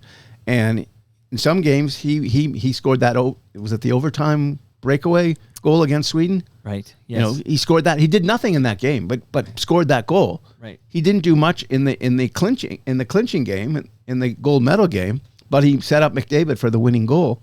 So, which is what Mitch Marner is. He has phenomenal skill. Oh no, no doubt about it. And here's the guy came to the NHL. Think about this: you could go to almost any team in the league and not play 9 years with either Austin Matthews or John Tavares as your centers. These are the only centers he's ever played with. Right. This is incredible talent to play with. Now he gets to go to Vegas and he can play with Jack Eichel. And if things go bad there, Tomas Hertl. So it's like he's born under the right star. Like you can get drafted in, I don't know, Columbus or someplace, sure. Buffalo, and never play with anybody.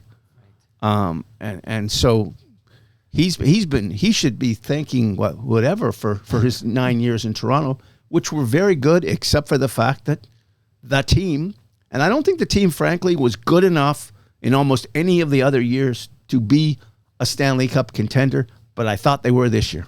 Yeah, they had me fooled as well. Now, I want to ask you about the gentleman who was your special guest when the reporters were live at the Paradise while somebody was stealing the lights off of my bike outside. I'm still mad about it. But Brendan Shanahan, the Shana plan has come to an end, the end of an era there. Brendan Shanahan did some incredible things with the Maple Leafs. They're not all evident in standings. They're not all evident in playoff success and or failures.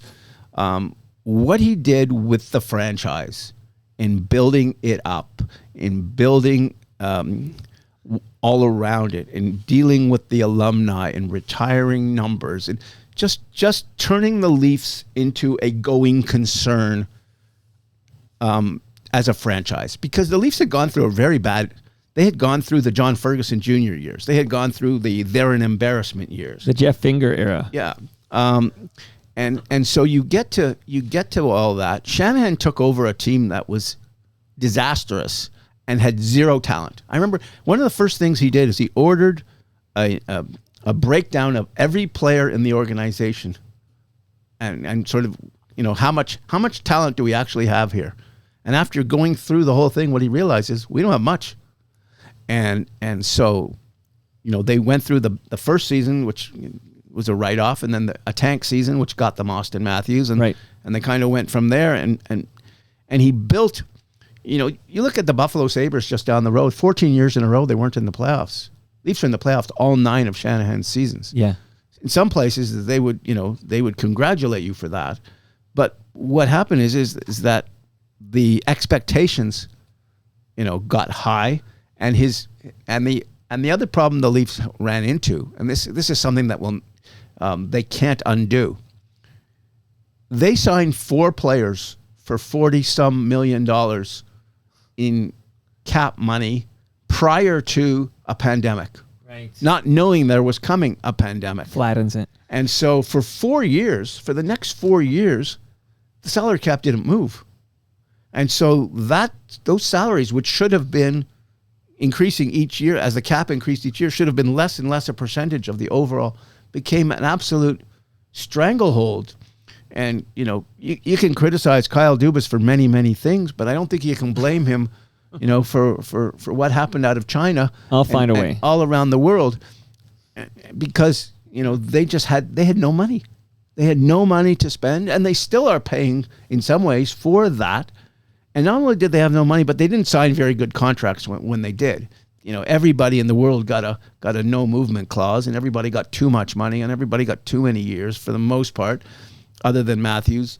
And so, the Leafs were strangled by that, and that was part of the Shanahan time. Although I thought he made a mistake, frankly, and him and I have had this conversation, when he had Lou Lamoriello here as general manager, and he had Mark Hunter and Kyle Dubas as his assistants. That's a strong hockey front office. That's a very strong hockey front office. There's a guy who's done it all with two guys, one in particular who's learning and one who's, been putting together great junior, operations for years and years and years. And so he had all that in place. He decided in order to keep Dubas that he would have to let Lou go. Then in order to keep Dubas, he would also, him and Hunter wouldn't work together. So Hunter left. And so to promote Dubas, who probably wasn't ready to be promoted, he lost a Hall of Fame general manager and, probably a Hall of Fame junior level executive. And so the Leafs didn't recover very well from that. I think that was Shanahan's biggest mistake. People will look at other things over the years and give you other reasons. But to me, those were the biggest errors that they made. And then once, it was interesting, he fired Dubas over what I believe was a bit of a power struggle of sorts. And hired Brad Treliving, who was sort of only guy available kind of thing that I can put in there. And I didn't like the move, frankly, when they did it. But as I've gotten to know Brad Treliving and gotten to know how he operates and how he works and what he does, I'm more and more and more impressed with him than I ever was before he came to the Leafs.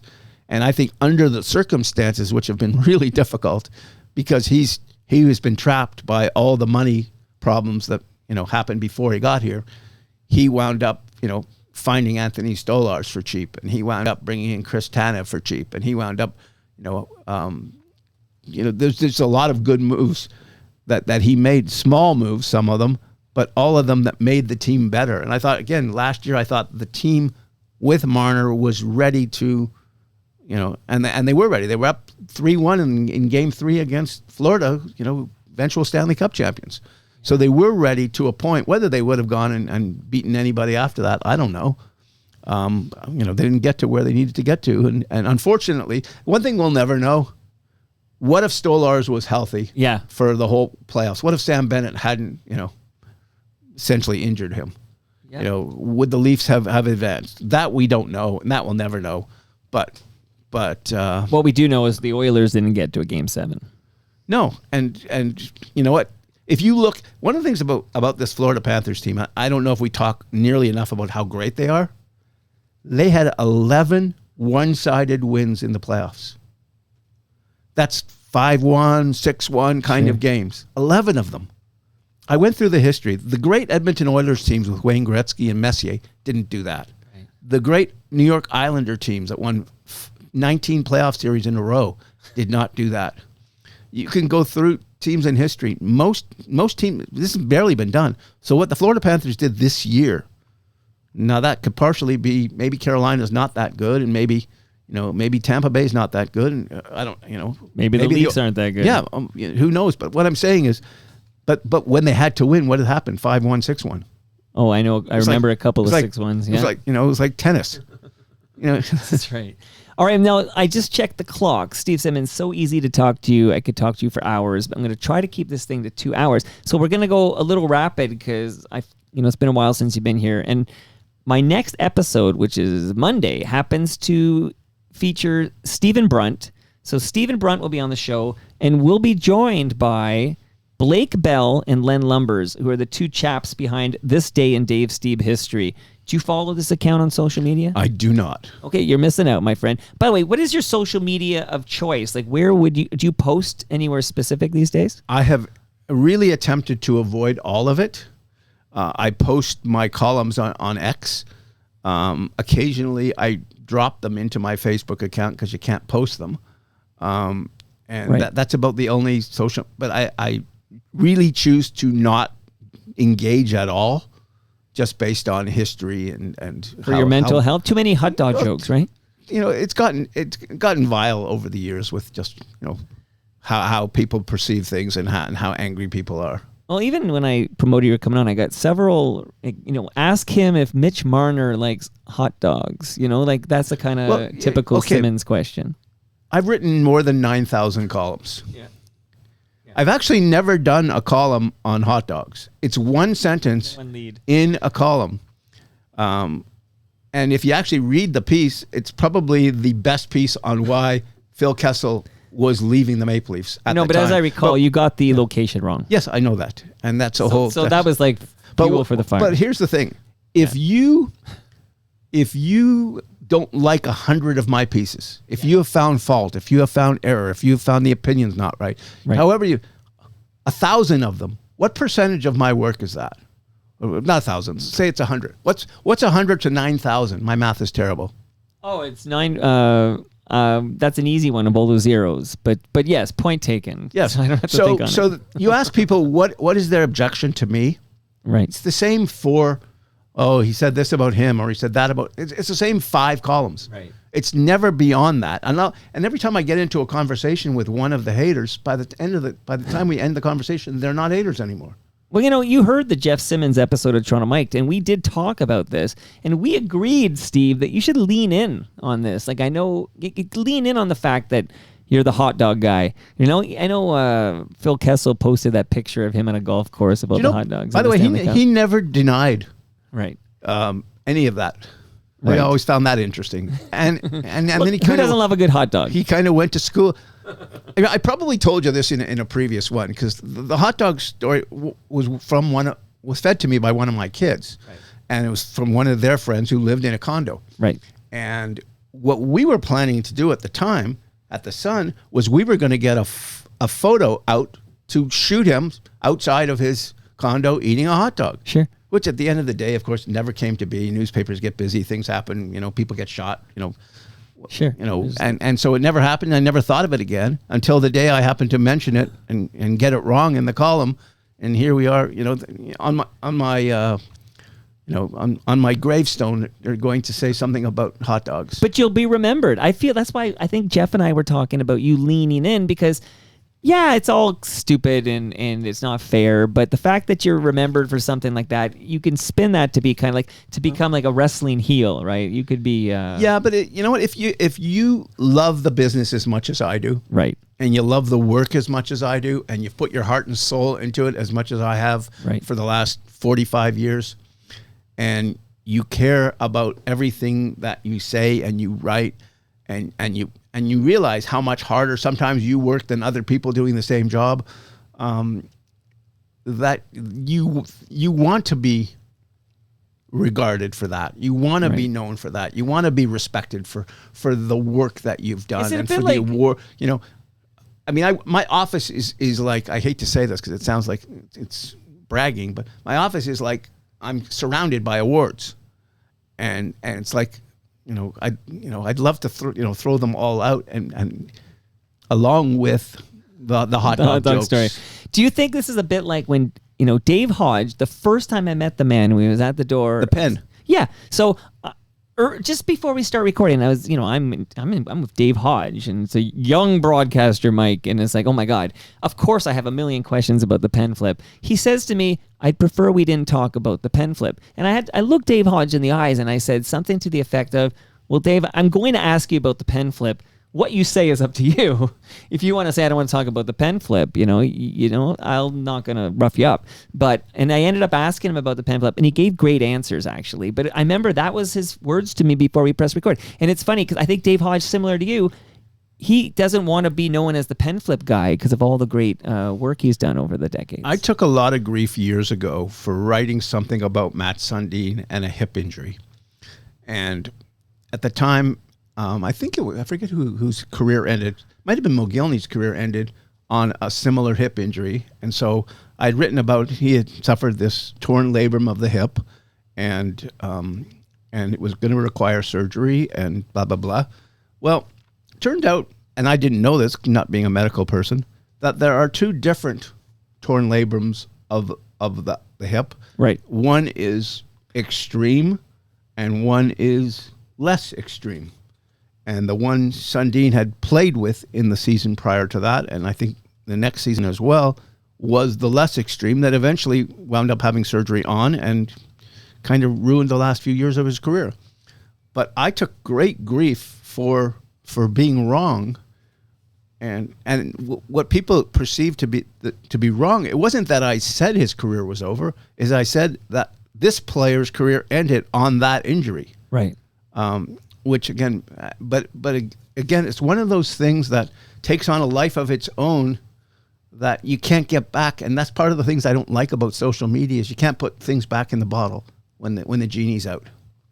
Well, I went over to the live stream just to check in on what's going on there, and Mark Weisblood does. I'm just going to read what he wrote. He just said he's Lawsoning. Lawsoning is a term we use on the program when people fact check people, and that's a shout out to Robert Lawson who fact checked Randy Backman on Toronto Mike. But he's Lawsoning the "No Jews or Dogs" sign in Toronto. He says they never found any evidence of this, so that possibly that there were no Jews or dog signs in Toronto back in the 30s. But I wasn't there. I'm quoting my father. Yeah, you're right. I wasn't there. That was 1933, a little early for me and the Snowman to be in that riot. Okay, so I mentioned Stephen Brunt, Blake Bell, Len Lumbers. I have a question for you, Steve Simmons. Does Dave Stieb belong in Cooperstown? Yes. And I think what happens is you have to look at Dave Stieb's career now through the lens of what we statistically accept and appreciate now more than we did then. And he did not win a Cy Young, I believe. And I don't think he even came close to winning a Cy Young. No. If you look at the votes he got most years, he was a fair bit back.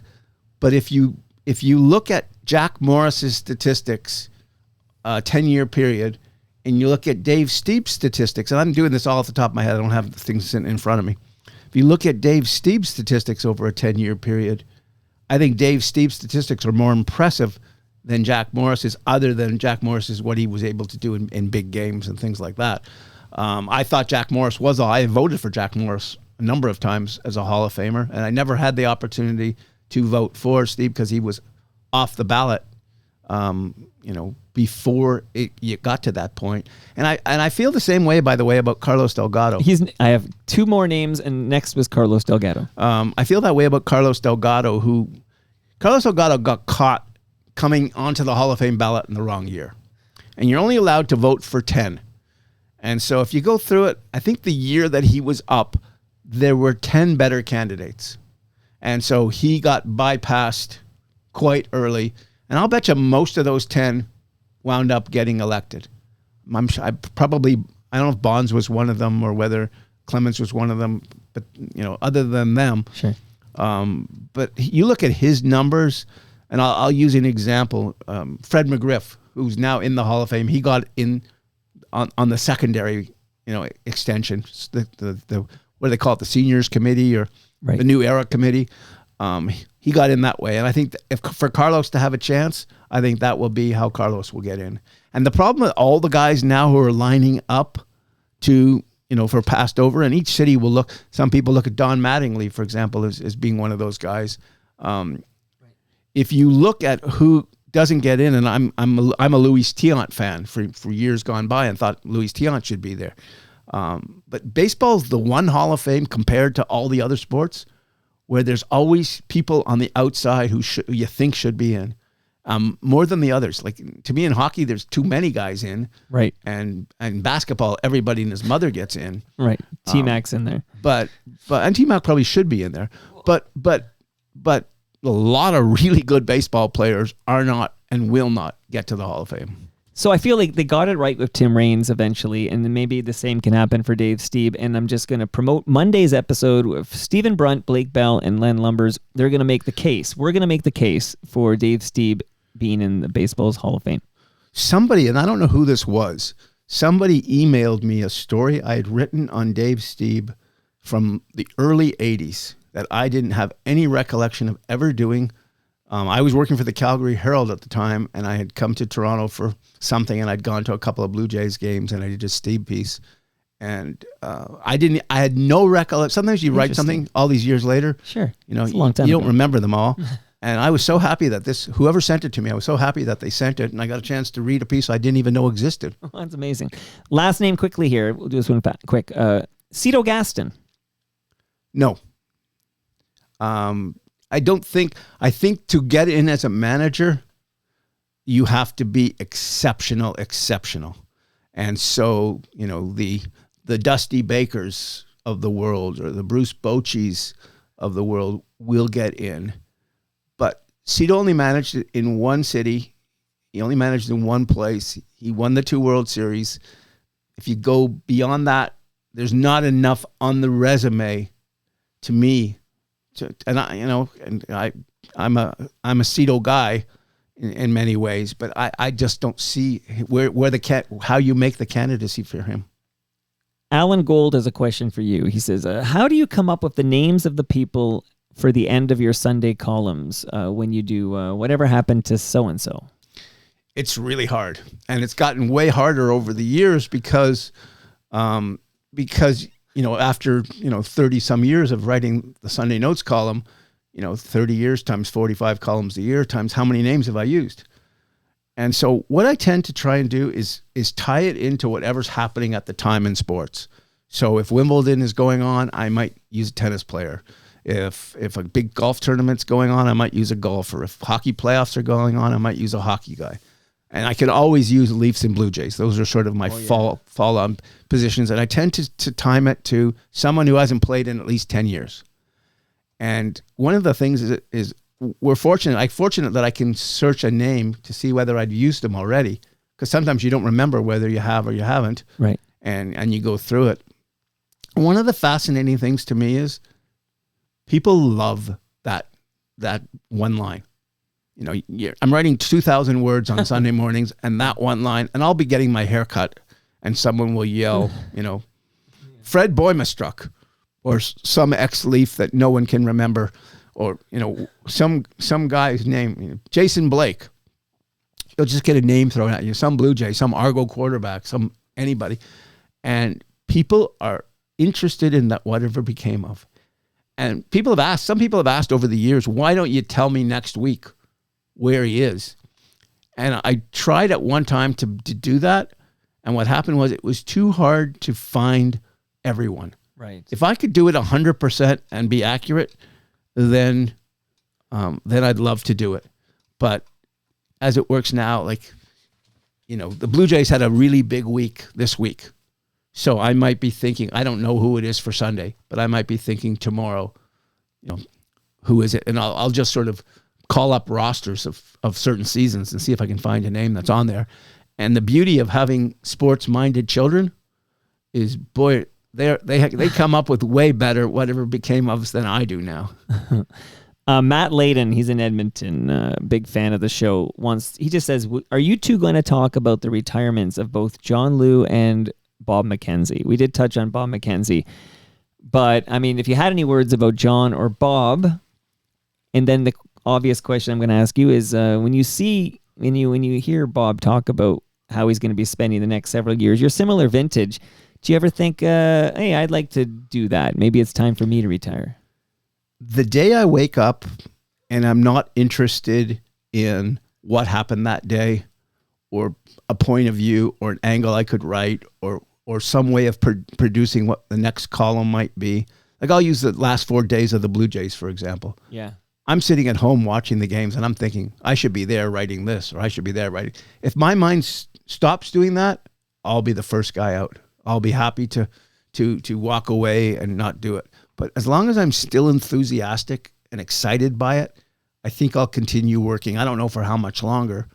I've been really, really fortunate. I'm going to go back to, I guess, the early 80s now. I got to work with Bob McKenzie. I got to work for Bob McKenzie when he was the editor of the Hockey News. Right. I got to work with him while he was at TSN and I was at TSN. And what an honor it has been just to be around him, watch how he does his work, watch what a true professional he is. I think it was Jennifer Hedger who came up with the term that he's the Bob father. And I think it's a great term. If you look at the list of insiders, the Elliot Friedmans and the Pierre Lebruns and the Darren Dreggers and the Frank Saravellis and whoever else I'm missing, I apologize to. Bob McKenzie began all that. And he didn't just begin that. he began the draft being covered the way the draft is now covered. He started with the World Junior becoming a big deal. Like, so many things he was forerunner of in terms of his coverage. He's had a career that none of us will ever equal, and I'm just excited and happy to have worked around him. And when he was the editor of the Hockey News, I wrote a column called "The Western Word" out of Calgary for the Hockey News. And we were both about the same age. One quick funny story: we're in Long Island for the Stanley Cup Final in the mid '80s. So we're in a bar late at night, and they're re-showing the Islanders game. I believe it was against the Oilers, and they're re-showing it, and we're maybe having one or two too many drinks. And all of a sudden, it's intermission, and Stan Fischler is on, doing the intermission for the Islander game, and Bob McKenzie is his guest. And Bob is with us in the bar drinking, and we're yelling at the TV, "Hey, there's Bob McKenzie," and we're pointing, "He's right here." And all of a sudden, it was like he was the celebrity in the bar. Nobody knew who Bob McKenzie was or had ever heard of him at that moment, but he was the celebrity in the bar that night, and we were having a great, barrel of laughs with that moment. But, again, what a career of influencing coverage of so many things. And one other thing, he never went to print and or broadcast with a story that wasn't true. That's an incredible, incredible thing to accomplish for 40 some years. And we know he's a sweetheart because, like yourself, Steve Simmons, he's had multiple appearances on Toronto Mic'd. McCowan said no. Can you believe it? Come on, let's get back to that. Okay, how are things at Post Media these days? I wouldn't know because we don't have an office anymore. So because we don't have an office anymore, we don't really ever see anybody except, unless you go to, let's say, a Leaf game, you see the Leaf writers, or a baseball game, you see the baseball writers, and kind of do it that way. We're still flourishing in the business somehow. I don't know how newspapers are making it anymore, frankly. But you're still, am I correct to say you are the most widely read sports columnist in the country? That is correct. And here's the interesting thing right now is I don't think newspaper companies, and I'm not going to just single out Post Media, but I think newspaper companies care as much about the newspaper today as they do about online. And so what they can do with online is they can calculate exactly how many people are reading this piece. Not only that, and what's more important than how many people are reading is how long are they engaged in the piece. Now, I don't know if it's because my Sunday Notes column is over 2,000 words or it's because people really love that thing, but the Sunday column is the most read piece in Canada, and it's the most engaged piece. And for purposes of selling advertising or whatever, the engagement number is far more important than the person clicking on the piece. So if I click on your column and I'm off of it in 7 seconds, then I haven't read anything. That's called a bounce. Yeah, I don't know the terms. You know them better than I do. But bounce rate. In my case, I have the long engagement time. And I believe last I had heard, my engagement time was the largest in the entire country. And so if that's the case and that's true, every time I get one of those snarky, "Why don't you retire?"